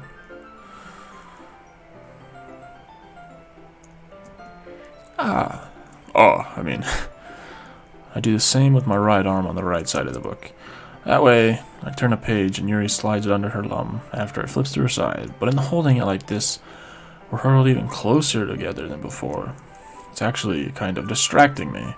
It's as if I feel the warmth of Yuri's face and she's in the corner of my vision. Are you ready? To turn the page. Sorry. I think I got a bit distracted for a second. I glance over at Yuri's face again, and our eyes meet. I don't know how I'll be able to keep up. I don't know how I'll be able to keep up with her.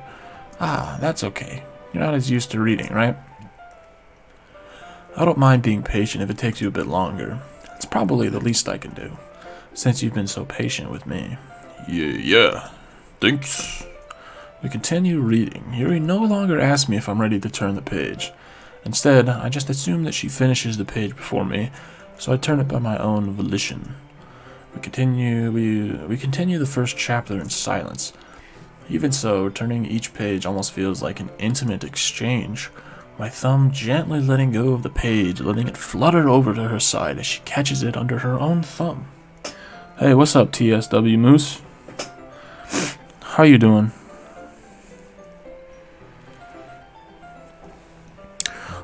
I've been kind of slacking, but if you're gonna be in here, I'll pick up the voices again. Also, my voices are incredibly bad and they make my jaw hurt, so if I read incredibly slow or anything, that's why. So I got voices for, two voices for Sayori and me, and then I use kind of the same voice for the other girls. And I'm just kind of doing this for fun because I saw a bunch of people streaming it, and it's actually fun. It's actually a pretty damn good time. Is the game hilarious? It's nothing like, it's technically a horror game, isn't it? Hey, Yuri, this might be a silly thought, but the main character kind of reminds me of you a little bit. You think so? How does she... Well, I guess she's more blunt in a lot of ways, but she also second guesses all of the things that she says and does. Is it weird? No, I'm ready for it. It's been super chill so far. It reads like a damn cute anime or something. It's not like I can see into your head or anything, but they're kind of reminiscent of some of your mannerisms. I see. Yuri remained silent for a moment.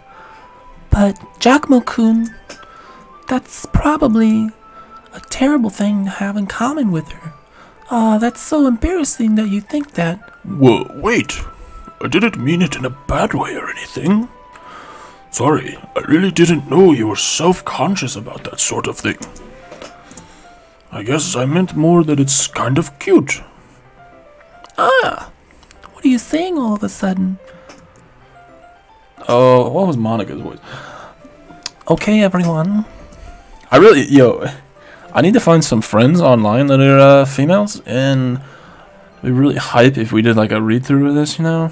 You ever see people do that on Twitch? Get into like a Discord, and then everybody just read through the same thing? That'd be kind of cool.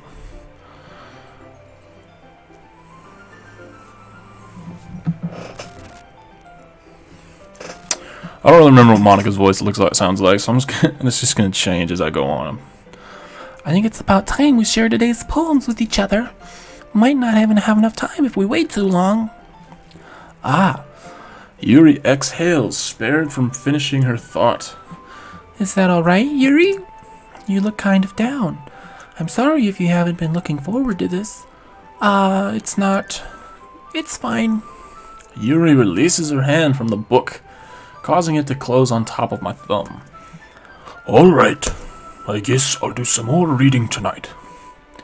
Or would you prefer I only read it with you? I guess I don't have too much of a preference either way. In that case, I'll read a little bit more tonight. It'll be more fun to read with you after it picks up a bit, you know? That's good reasoning. In that case, feel free to finish the first 2 chapters in your own time. Alright. I stand up. I make a mental note of where I left off in the book, then slip it back into my bag. Alright, Moose. Who do I share my poem with first?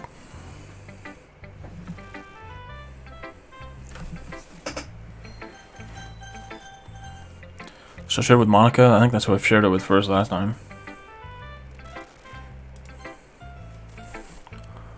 Hi again, Giacomo-kun. How's the writing going?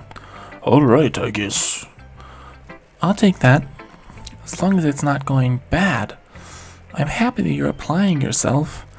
Maybe soon you'll come up with a masterpiece. There's no freaking way I come up with a masterpiece. I wouldn't count on that. You never know. Want to share what you wrote for today? Sure, here you go. I give my poem to Monica. Alright, great job. I was going ooh in my head while reading it. It's really metaphorical. I'm not sure why, but I didn't expect you to go for something so deep. I guess I underestimated you. It's easiest for me to keep everyone's expectations low. That way, it always counts when I put in some effort. That's not very fair. Well, I guess it worked anyway.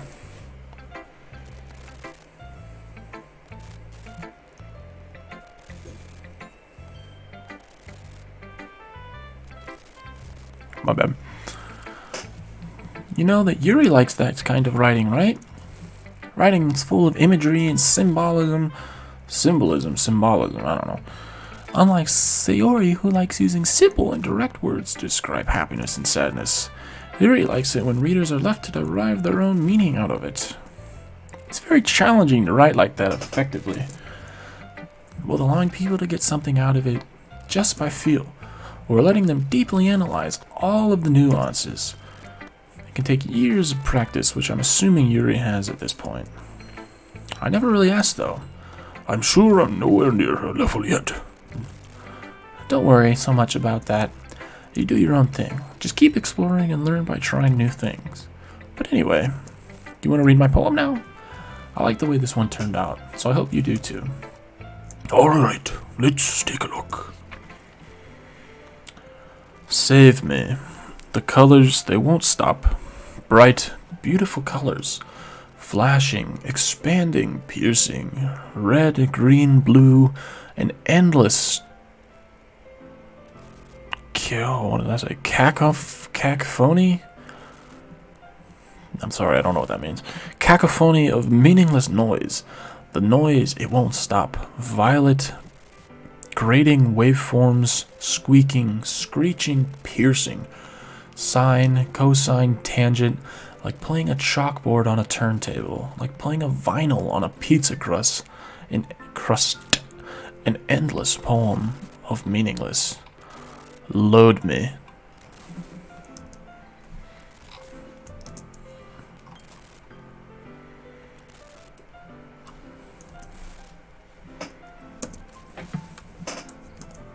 Okay, I don't know why I couldn't pass forward at that.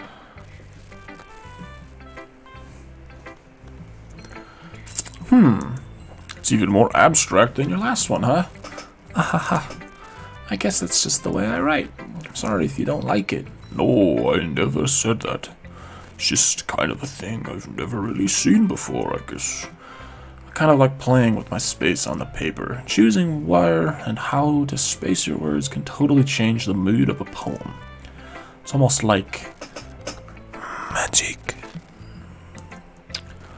The way I wrote the lines really short makes it feel like they're trying to speak over the noise. I see. It's still hard for me to tell what it's about, though. Sometimes asking what a poem is about isn't the right question. A poem can be as abstract as a physical expression of a feeling, or a conversation with the reader. So putting it that way, not every poem is about something. Anyway, here's Monica's writing tip of the day. Sometimes you'll find yourself facing a difficult decision. When that happens, don't forget to save your game.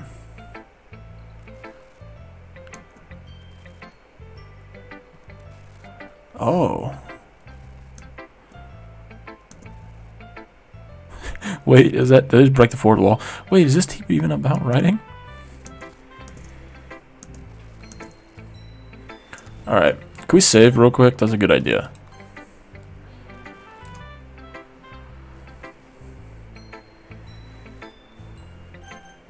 Alright, we saved. We saved and we haven't made too many big decisions so far.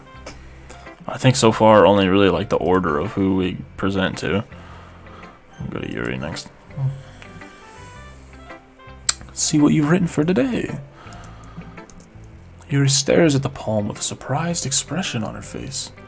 Do you like it? Giacomo-kun, how did you pick up on this so quickly? Just yesterday I was telling you the kind of techniques worth practicing. Maybe that's why you did a good job of explaining. I really wanted to try giving it more imagery. Yuri visibly swallows. Oh, gosh. Even her hands appear sweaty. Knees weak, arms are heavy. There's vomit on her sweater already. Mom's spaghetti. She's nervous, but on the surface she looks calm and ready to drop bombs. But she keeps on forgetting what she wrote down. The whole crowd grows so loud. She opens her mouth, but the words just won't come out. She's choking now. Everybody's hoping now. The clock's run out. The time's up. Over. Plow. I'm not used to this. Used to what? Used to what? I don't know. It's fine, take your time. Yuri breathes and collects her thoughts. I know that Yuri likes to think before she speaks, so I offer that patience to her. Yeah, just being appreciated like this, I guess. Probably sounds really stupid, but seeing someone motivated by my writing just makes me really happy. Are you saying you never shared your writing before? Yuri nods. Really, I don't believe it. I really only write for myself, and besides, people just laugh at me. Do you really think that? Again, Yuri nods. Huh. Even your close friends? Yuri doesn't respond to that. I wonder why. Anyway, do you want to share the poem you wrote today? Yeah, I do. If it's with you. Oh, it's so long. The raccoon. It happened in the dead of night while I was slicing bread for a guilty snack. My attention was caught by the scuttering of a raccoon outside my window. That was, I believe, the first time I noticed my strange tendencies as an unordinary human. I gave the raccoon a piece of bread, my subconscious well aware of the consequences. Well aware that a raccoon that is fed will always come back for more. The enticing beauty of my cutting knife was the symptom.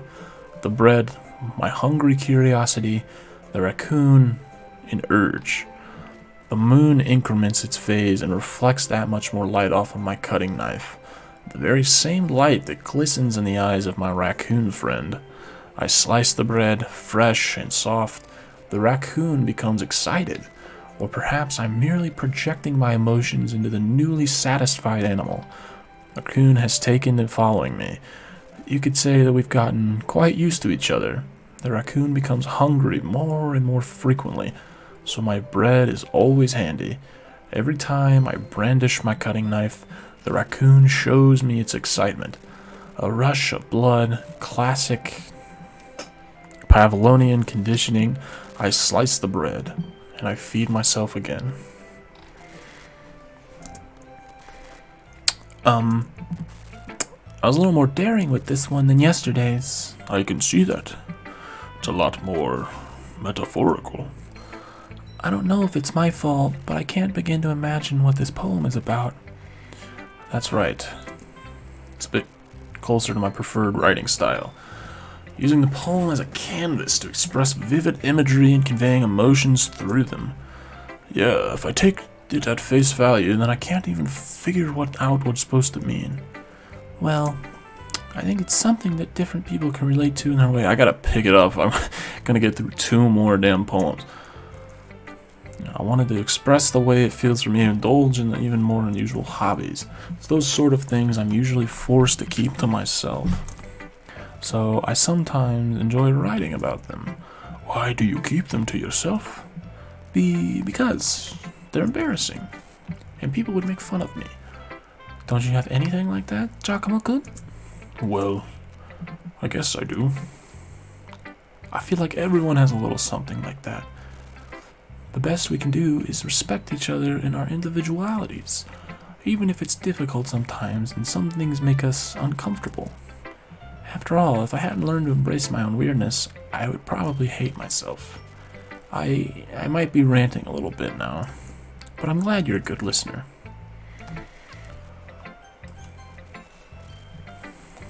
I'm not going to say Word's voice. I'm too damn tired.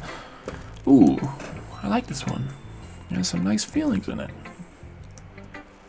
Still, though, your tone makes it sound like yesterday's poem better. I guess you caught me. Sometimes you know a little too well for my own good. Well, don't try to be nice about it. If I'm doing a bad job, then I'd rather just hear it. No, I still like this one, I promise. You know I wouldn't lie to you. Never ever. Yeah, I guess so. What made yesterday's poem so great compared to this one, then? I'm not very good at figuring out if poems are good or bad, but that's just why I go by my heart. If it makes me feel... What the hell was that noise? Oh, that was something on my stream. It scared the poop out of me. Give me one momento. Oh, hey, thanks for the host, Kay. That's what that noise is. Okay, I need a female's voice. Play through this game with me. I cannot do it by me lonesome. Oh, my chat is broken. It makes me feel things, then it must be a good poem. I'm not sure that's exactly how it works. Then again, I guess conveying feelings is a pretty important part of this whole thing. Yeah, maybe. Honestly, I don't even know what kind of writing you like in the first place. Yeah, me neither. Ooh, why don't you at least try giving it some thought? Oh, these voices are gonna kill me. Let me just say that. Oh, you want to write something for me? That's so sweet. Yeah, right. But you're always thinking about other people. You need to think about yourself once in a while. If you don't, you might end up getting hurt at some point. Oh, I just closed my chat. Oops. Well, I don't really know what you mean, but I'll try to keep that in mind. Well, whatever. Anyway, let's see. I guess I like happy poems. Wait, sometimes I like sad poems too. Sometimes a little bit of both. There's a... Fuck. There's a word for that, right? What's the word I'm looking for? Bittersweet. Yeah. I like things that are happy and things that are sad. Happy and sad? I can't see you liking something sad, Sayori. Well, I like happy the most. I'm losing my voice. Oh no.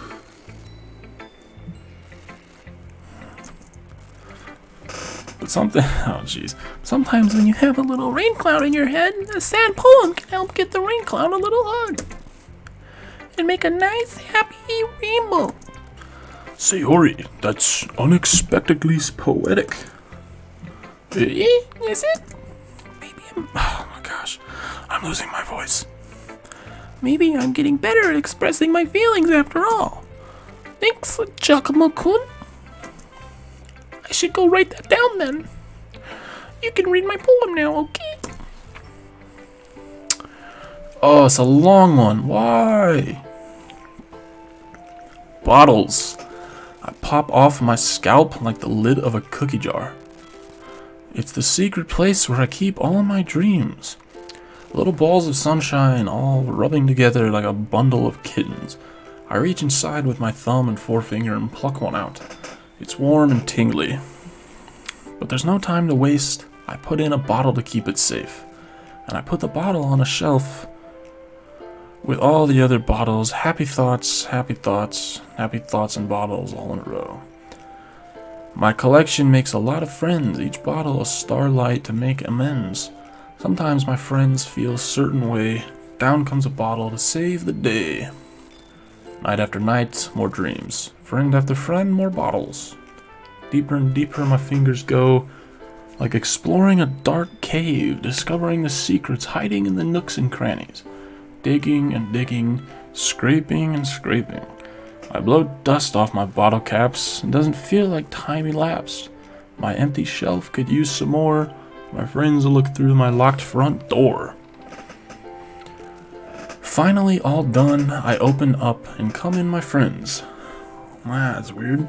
In they come in such a hurry. Do they want my bottles that much? I frantically pulled them from the shelf, one after the other, holding them out to each and every friend, each and every bottle. But every time I let one go, it shatters against the tile between my feet. Happy thoughts, happy thoughts, happy thoughts in shards all over the floor. They were supposed to be for my friends who aren't smiling. They're all shouting and pleading something, but all I hear is echo, echo, echo, echo, echo inside my head. Oh, Sayori. That was terrible, Sayori. Just freaking abysmal. Holy crap. Sayori, did you really write this? Of course I did. Didn't I tell you yesterday I was gonna write the best poem ever? Yeah, but I mean, I didn't expect something like this coming from you. Monica taught me a whole lot, and I've been really in touch with my feelings recently. I see that. It's almost kind of creepy. Creepy? Well, not exactly. Maybe because I'm so used to you being cheerful. Well, never mind. I'm thinking too hard about it. The point is, it came out good, so you should be proud of it. Oh, thanks. I feel like I was meant to express myself this way. It even helps me understand my own feelings a little bit better. Writing is like magic. That's like the 50th time they've used the word magic. You've gotten pretty passionate about this, huh? I hope you keep it up. So Ed reset something on my phone. I hope you keep it up. Yeah, writing is the best. I'm gonna keep writing until I die. Don't get ahead of yourself. Sayori's always had a habit of getting obsessed with something before dropping it no more than a week later. I wonder if this is one of those times. But seeing the passion in her eyes makes it hard for me to be pessimistic. Alright, Natsuki, Cupcake, Bimbo. Let's hear it.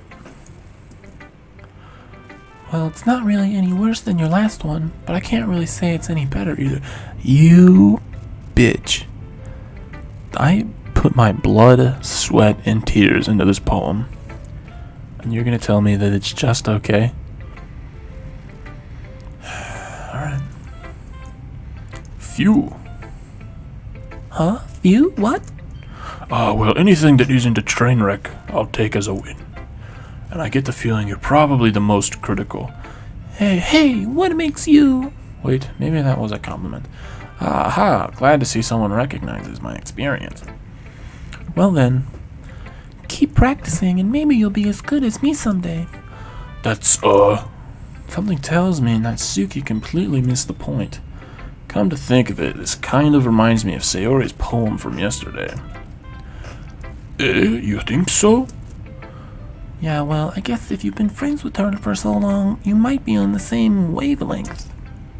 But you never really struck me as a her type. I wasn't really paying attention to what just happened. Sayori has a type all of a sudden. Well, I don't know, but honestly, how can someone so, fluffy spend so much time with someone like you? It's because I'm freaking awesome. It's like she's dragging around a dead weight. That was a little unnecessary. But think of it this way, if it weren't for me, she would probably just fly away like letting go of a balloon. You could say we take care of each other in our own way. Whatever it is, I don't get it. Is this because I called you out yesterday for your poopy poem? Or your bad compliments or whatever you said? Oh yeah, I guess I'm supposed to show you my poem. Here. Is this my punishment? Is that it's like 18 pages long? Amy likes spiders. You know what I heard about Amy? Amy likes spiders. Icky, wriggly, hairy, ugly spiders. That's why I'm not friends with her. Amy has a cute singing voice. I heard her singing my favorite love song. Every time she sang the chorus, my heart would pound. My heart would pound to the rhythm of the words, but she likes spiders. That's why I'm not friends with her. One time, I hurt my leg really bad. Amy helped me up and took me to the nurse. Tried not to let her touch me. She likes spiders, so her hands are probably gross. That's why I'm not friends with her. Amy has a lot of friends. I always see her talking to people. She probably talks to spiders. What if her friends start to like spiders too? That's why I'm not friends with her. Doesn't matter if she has other hobbies. Doesn't matter if she keeps it private. Doesn't matter if it doesn't hurt anyone. It's gross. She's gross. The world is better off without spider lovers. And I'm going to tell everyone.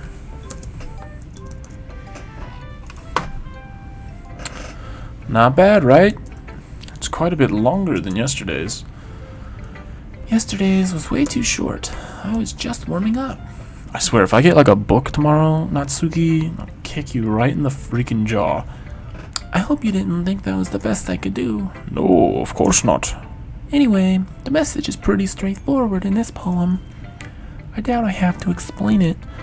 Nope, no idea what's happening. Sometimes you can explain complicated issues with much simpler analogies, and it helps people realize how stupid they're being. Like, anyone would agree that the subject of this poem is an ignorant jerk. Do you know people like that?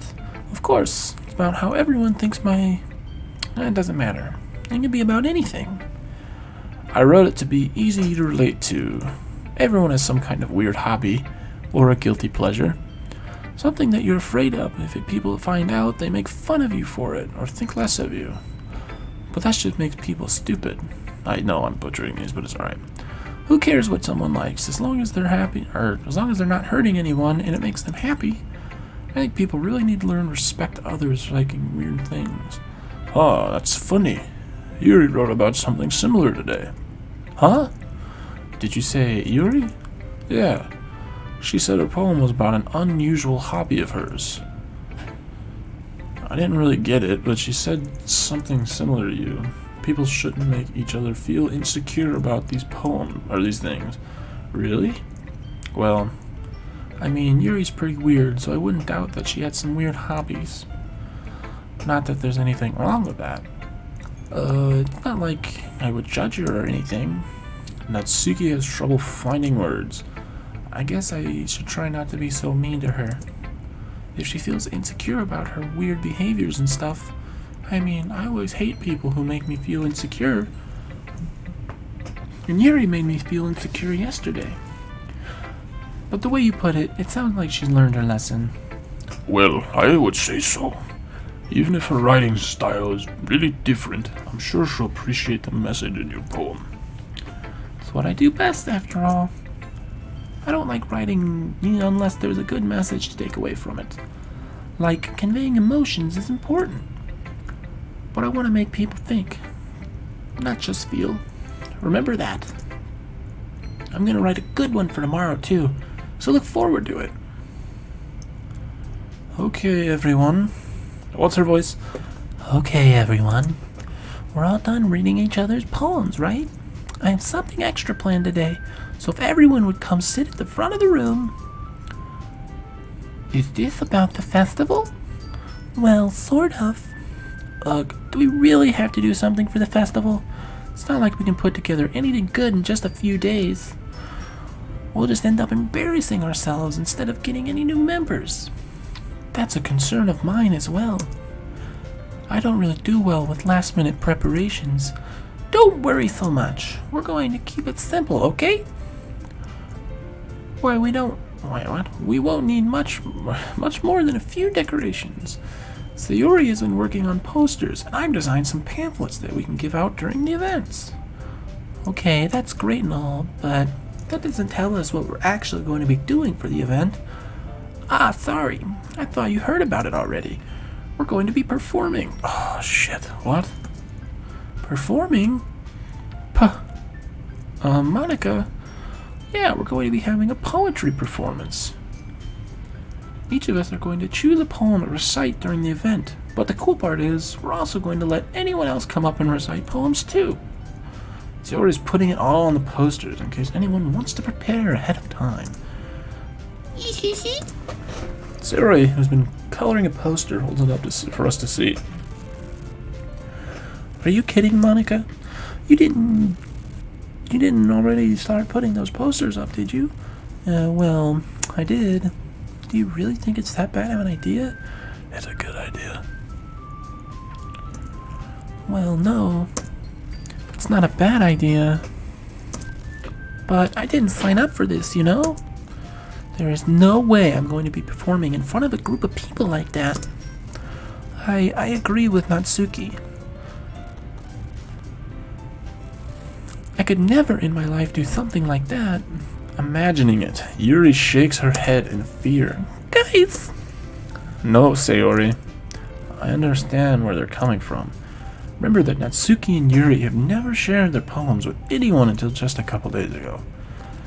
It's a lot to ask for them to recite their poems out loud to a whole room of people, full of people. I guess I kind of overlooked that, so I'm sorry. But I still think that we should give it our best. We're the only ones responsible for the fate of this club. If we start the event and each put on a good performance, then it will inspire others to do the same. And the more people who perform, the better we'll be able to show everyone what literature is all about. yeah. It's about expressing our feelings, being intimate with yourself, finding new horizons, and having fun. That's right. And it's those reasons that we're all in this club today. I need to take a drink. Give me one momento.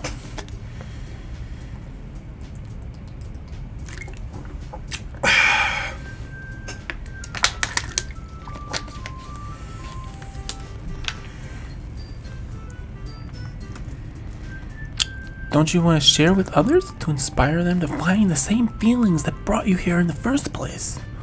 I know you do. I know we all do. And if all it takes is standing in front of the room for 2 minutes and reciting a poem, then I know you can do it.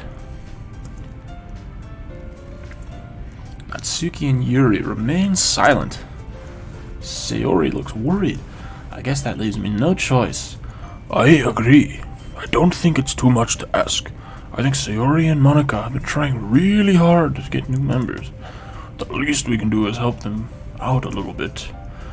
Well, maybe, but It looks like Natsuki doesn't have any arguments left. ooh, okay, fine. I guess I'll just have to get over it. Get it over with. Whoops. All right. Phew. Thanks, Natsuki. What about you, Yuri? Yuri dejectedly glances around the room at everyone else's expectant faces. I guess I don't really have a choice. Nah, that's everyone. You're the best, Yuri. This club is seriously going to be the death of me. Oh gosh. You'll be fine, Yuri. But anyway, let's move on to the main event. I want each of you to choose a poem of yours. We're going to practice reciting them in front of each other. No way. Monica, this is too sudden. Well, if you can't recite your poem in front of the club, how do you expect to do it in front of strangers? Oh no. Don't worry. I'll start off to help everyone feel a little more comfortable. Can I go next? Ahaha, of course. Let's see. Monica flips through her notebook to the specific poem she has in mind for herself. She then stands behind the podium. The title of this poem is The Way They Fly. Ahem. Monica begins reciting her poem. Her clear, confident voice fills the room. More than that, her inflection is pristine. She knows exactly how to apply emotion behind each line. She recites, bringing the words to life.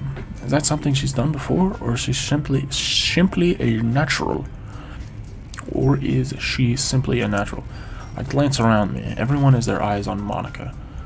Sayori looks amazed. Yuri has an intense expression on her face that I don't understand. Finally, Monica finishes the recitation. The four of us applaud. Monica takes a breath and smiles. That was so good, Monica. Haha, thank you very much. I was just hoping to set a good example. Are you ready to go next, Sayori? I'll go next. What? Yuri's fired up. Or wait. What? Yuri's fired up all of a sudden. Yuri clutches a sheet of paper between her hands and stands up. Keeping her head down, she walks quickly over to the podium. This poem is called Yuri anxiously glances at each of us. You can do it, Yuri. called After Image of a Crimson Eye. Yuri's voice shakes as she starts reading the poem. Just a moment ago, she practically refused to do this. Why is she suddenly putting in so much effort? As Yuri gets past the first couple lines, her voice changes. It's almost like what happens when Yuri gets absorbed into her books. Her quivering words transform into the sharp syllables of a fierce and confident woman. The poem is full of twists and turns and an infrastructure that she enunciates with perfect timing. This must be a rare glimpse into the whirling fire Yuri keeps concealed inside her head. Suddenly, she's finished. Everyone is stunned. Yuri snaps back into reality and glances around her, as if she bewildered even herself. It's up to me to save this situation. I'm the first to start applauding. Everyone joins me afterward, and we give Yuri the recognition she deserves. It's not that we didn't want to applaud for her, but we were caught so off guard that we must have forgotten. As we applaud, Yuri holds the poem to her chest and rushes back into her seat. Yuri, that was really good. Thank you for sharing. Looks like Yuri is down for the count. Okay, I guess I'm next then. Sayori hops out of her chair and cheerfully walks to the podium. This one's called My Meadow. Ha. Sorry, I giggled. No, I'm not going to read these all like your name. Sayori. It's a lot harder than I thought. How did you guys do it so easily? Try not to think of it like you're reciting to other people. Imagine you're reciting it to yourself in front of a mirror or in your own head. It's your poem, so it'll come out the best way that way. It'll come out the best that way. I see. Okay then. Sayori begins her poem. Wait, one sec. Give me 1 moment. By the way, thanks again for the host, K. Love you. Hope Smash was fun. I knew that's what you were playing, right? Smash. Sayori begins her poem. Somehow it feels like her soft voice is made as a perfect match. The poem isn't aimlessly cheery like Sayori is. It's serene and bittersweet. If I were to read this on paper, I probably wouldn't think much of it, but hearing it come from Sayori's voice almost gives it a whole new meaning. Maybe this is what Sayori meant when she said she likes my poems. It's like I get to read more deeply into someone I thought I knew through and through. Sayori finishes, and we applaud. I did it! Good job, Sayori. Even Giacomo-kun liked it. I guess that's a good sign. What does that even mean? It came out nicely, Sayori. The atmosphere of the poem fits you really nicely. But it might be the other poems wouldn't work quite as well with that kind of delivery. I don't really understand. In other words, I've seen poems of yours where that sort of gentle delivery wouldn't work as well. They might need a little more focus behind them, depending on what you're reading. Oh, I know what you mean. Well, that's... Nope, I forgot that. I skipped that one. It's just embarrassing to do it in front of everyone. The next time, I'm going to make you pick a poem that challenges you a little more. We don't have much time before the festival, you know? Okay. Now, who's next? Natsuki? You don't make me go before Giacomo-kun. It's not like I can compare to you guys anyway. Might as well let Giacomo-kun lower everyone's Okay. Bitch. Natsuki, you are a bitch. Might as well let Giacomo-kun lower everyone's standards a little more before I go. Natsuki, it's fine. Might as well get it over with. It's not like I have much of a selection of what to read. I'll just have to go with what I wrote for today's. I stand up and step in front of the podium. Everyone has their eyes on me, making me feel terribly awkward. I recite my poems. Oh shoot, I'm getting tired. I'm gonna have to wrap this up pretty soon. Since I'm not exactly confident in my own writing, it's hard to put energy into it. Despite that, once I finish, I receive applause anyway. Sorry, I'm not really as good as everyone else. Don't worry about it so much. I think it's less about your abilities, more about your lack of confidence in your writing. That's something that'll improve over time, though. Yeah, maybe. Alright then. That just leaves you, Natsuki.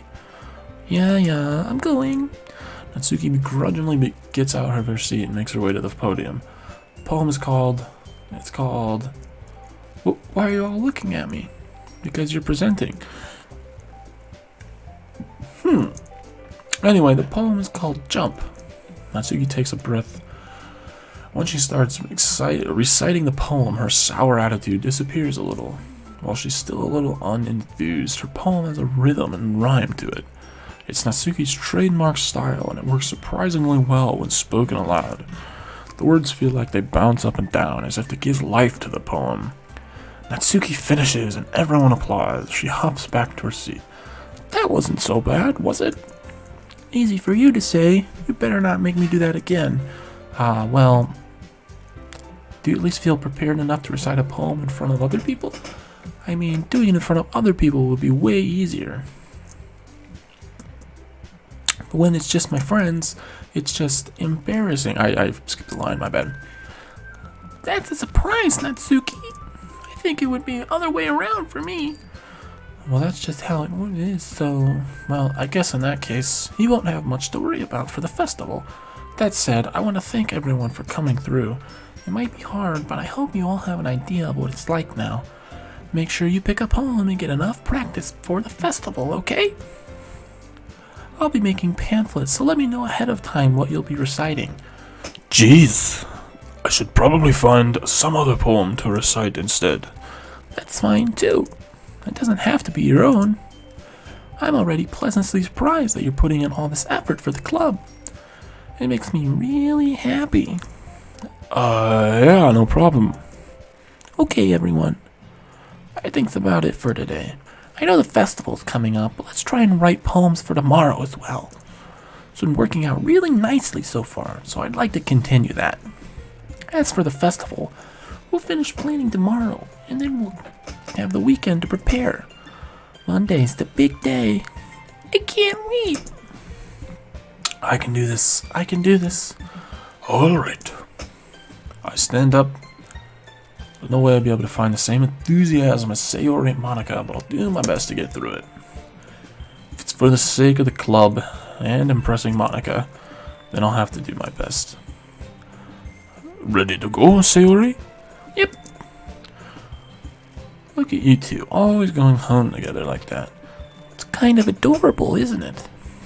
Hee. Jeez, guys.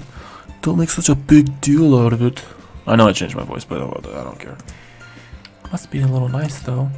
Well, how am I supposed to respond to that? It's okay, Giacomo. You don't have to say it. Whatever. Let's go already.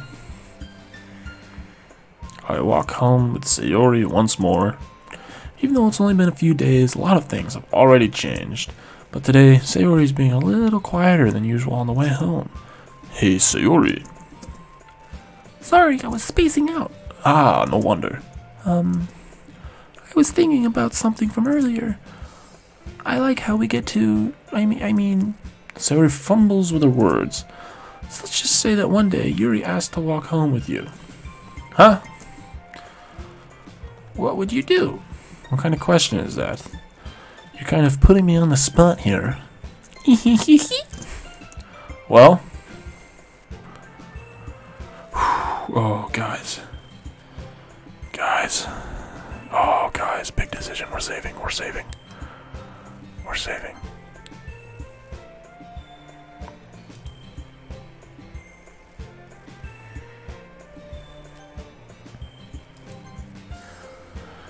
Whew.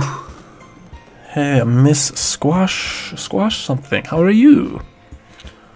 Miss Squash something. What should I go with here?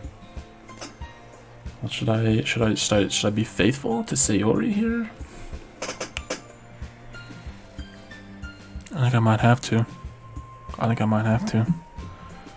I'm a good friend. I'm a faithful friend. Plus, I'm doing well. I'm getting a little bit tired, and my mouth is super dry from trying to do voices for 4 different characters, but I am certainly hanging in there, you know?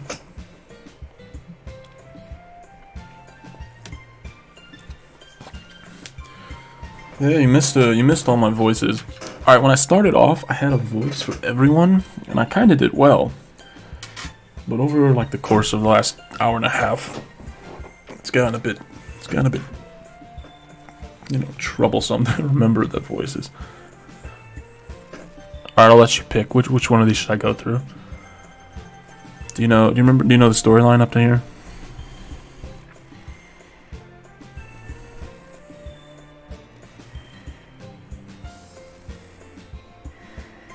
Because I like Yuri. But I don't want to be like, yo, Sayori, I'm not walking home with you.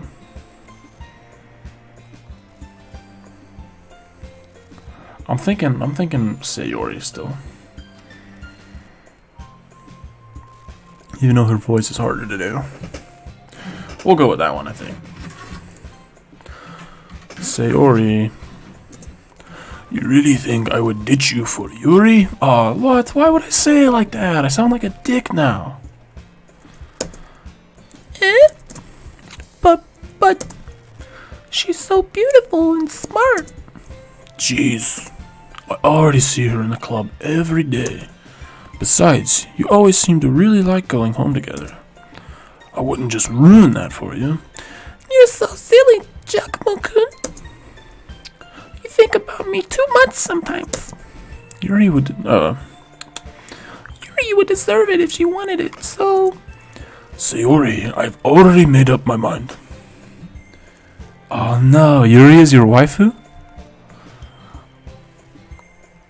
I'm not gonna lie. I'm kind of feeling Monica. I don't know anything about this game though. I did no research upon jumping into this, so I'm sorry to have failed you.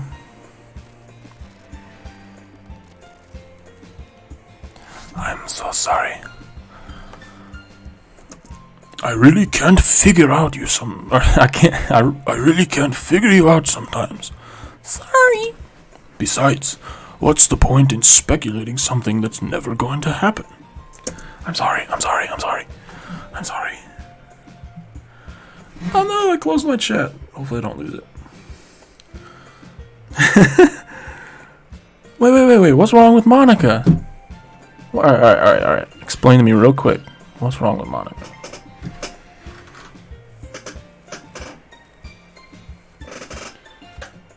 She's popular. She got some nice hair. She got those cool ribbons in her hair, you know.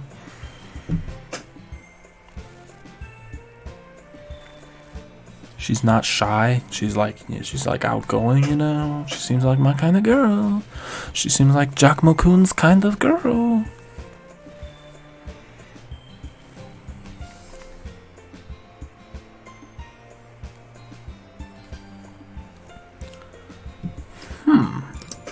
The conversation trails off. It's kind of a weird thing for Sayori to care about so much.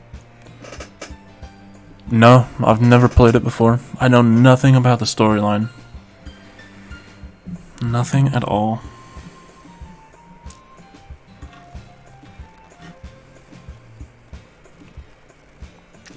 I can't pick Yuri though, I'm sorry. She reminds me of someone I used to date. And I can't pick her. But I want to respect her and keep her happy too. Then again, the festival is only a few days away. Who knows what will happen in that time?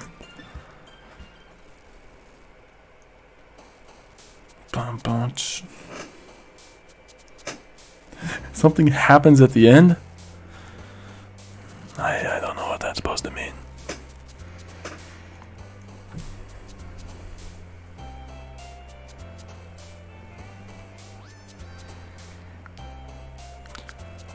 See, I figure the game is going to take a turn at some point because isn't this technically considered a horror or like suspense game?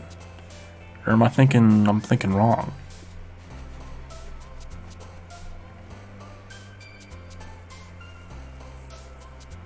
Also, is there different outcomes to this game, or is it always going to end similar? Because I'm trying to save like in spots that if I needed to backtrack. But anywho, I'm gonna write this poem. And then I was thinking about hopping off because I've been at it for a little bit. Horror, a little, and murder. Ooh. Ooh. That's cool. That's cool. You want to help me write this poem?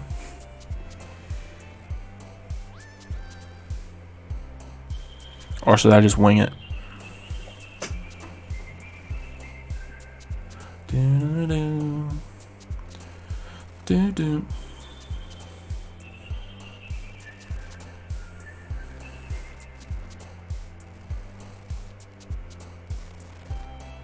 Maybe.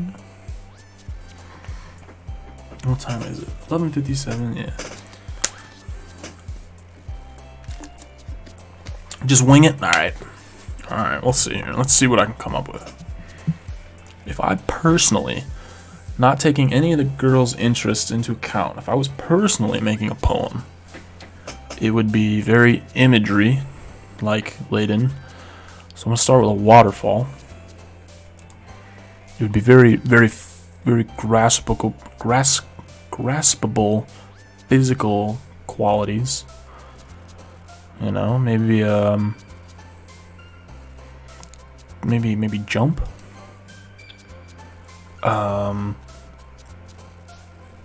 Ooh, raindrops, because I already got waterfall in there. You know, we're gonna go for a wet poem.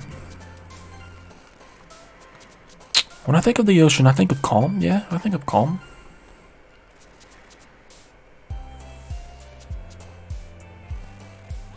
And then it's gonna kind of transition because what does rainfall lead to in the spring? Boom, flowers. Flowers bring color. You need that. Do. Oh, I should have done pure. Alright, and then it's going to take a turn. It's going to be one of those poems that just takes a turn midway through. So we went from this peaceful imagery, and then it's just going to get kind of weird. But not like evil or bad, it's clumsy. That's a good word. And from clumsy, it's going to go to spinning. And then from that, dark and empty. But out of that dark and emptiness comes hope. Hope that together with family, you can get through these tears and scars to once again dream of peace. Boom.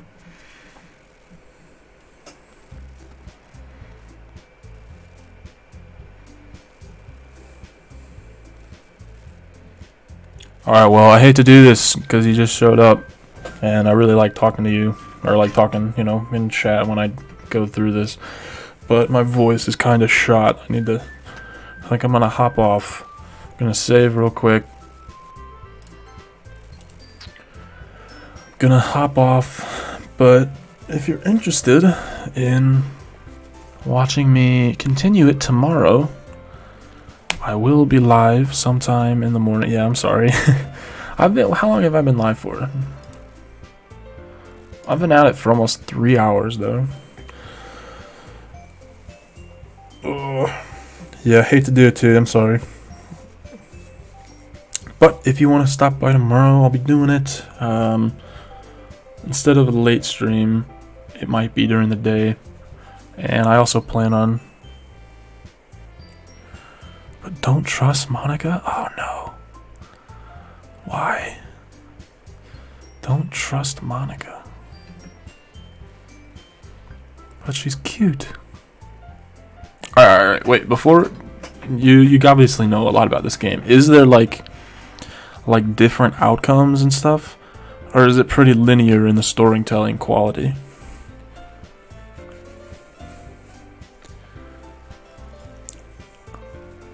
Like regardless of kind of who I vibe with, is it gonna be the same or just don't? Okay, but like, all right. So hypothetically, Monica's out of the picture, right? Like, you say avoid her, even no matter what I do, like the outcome is gonna be I should avoid her? Or are you just jealous? You jealous of Monica? Because she got them cool ribbons in her hair?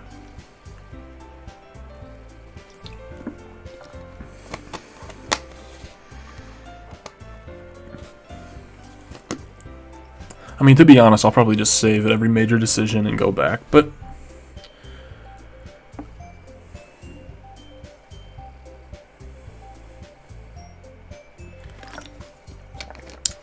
this water is in the spot. I'm kind of digging this. I'm not gonna lie, I might have to make visual novels just like a. Alright, I got you. I might have to make visual novels just like a once a week type thing. Have like a weekly visual novel stream. They're kind of fun. I need to find someone that I can like jump into Discord and read them with. I think that'd be a lot more fun.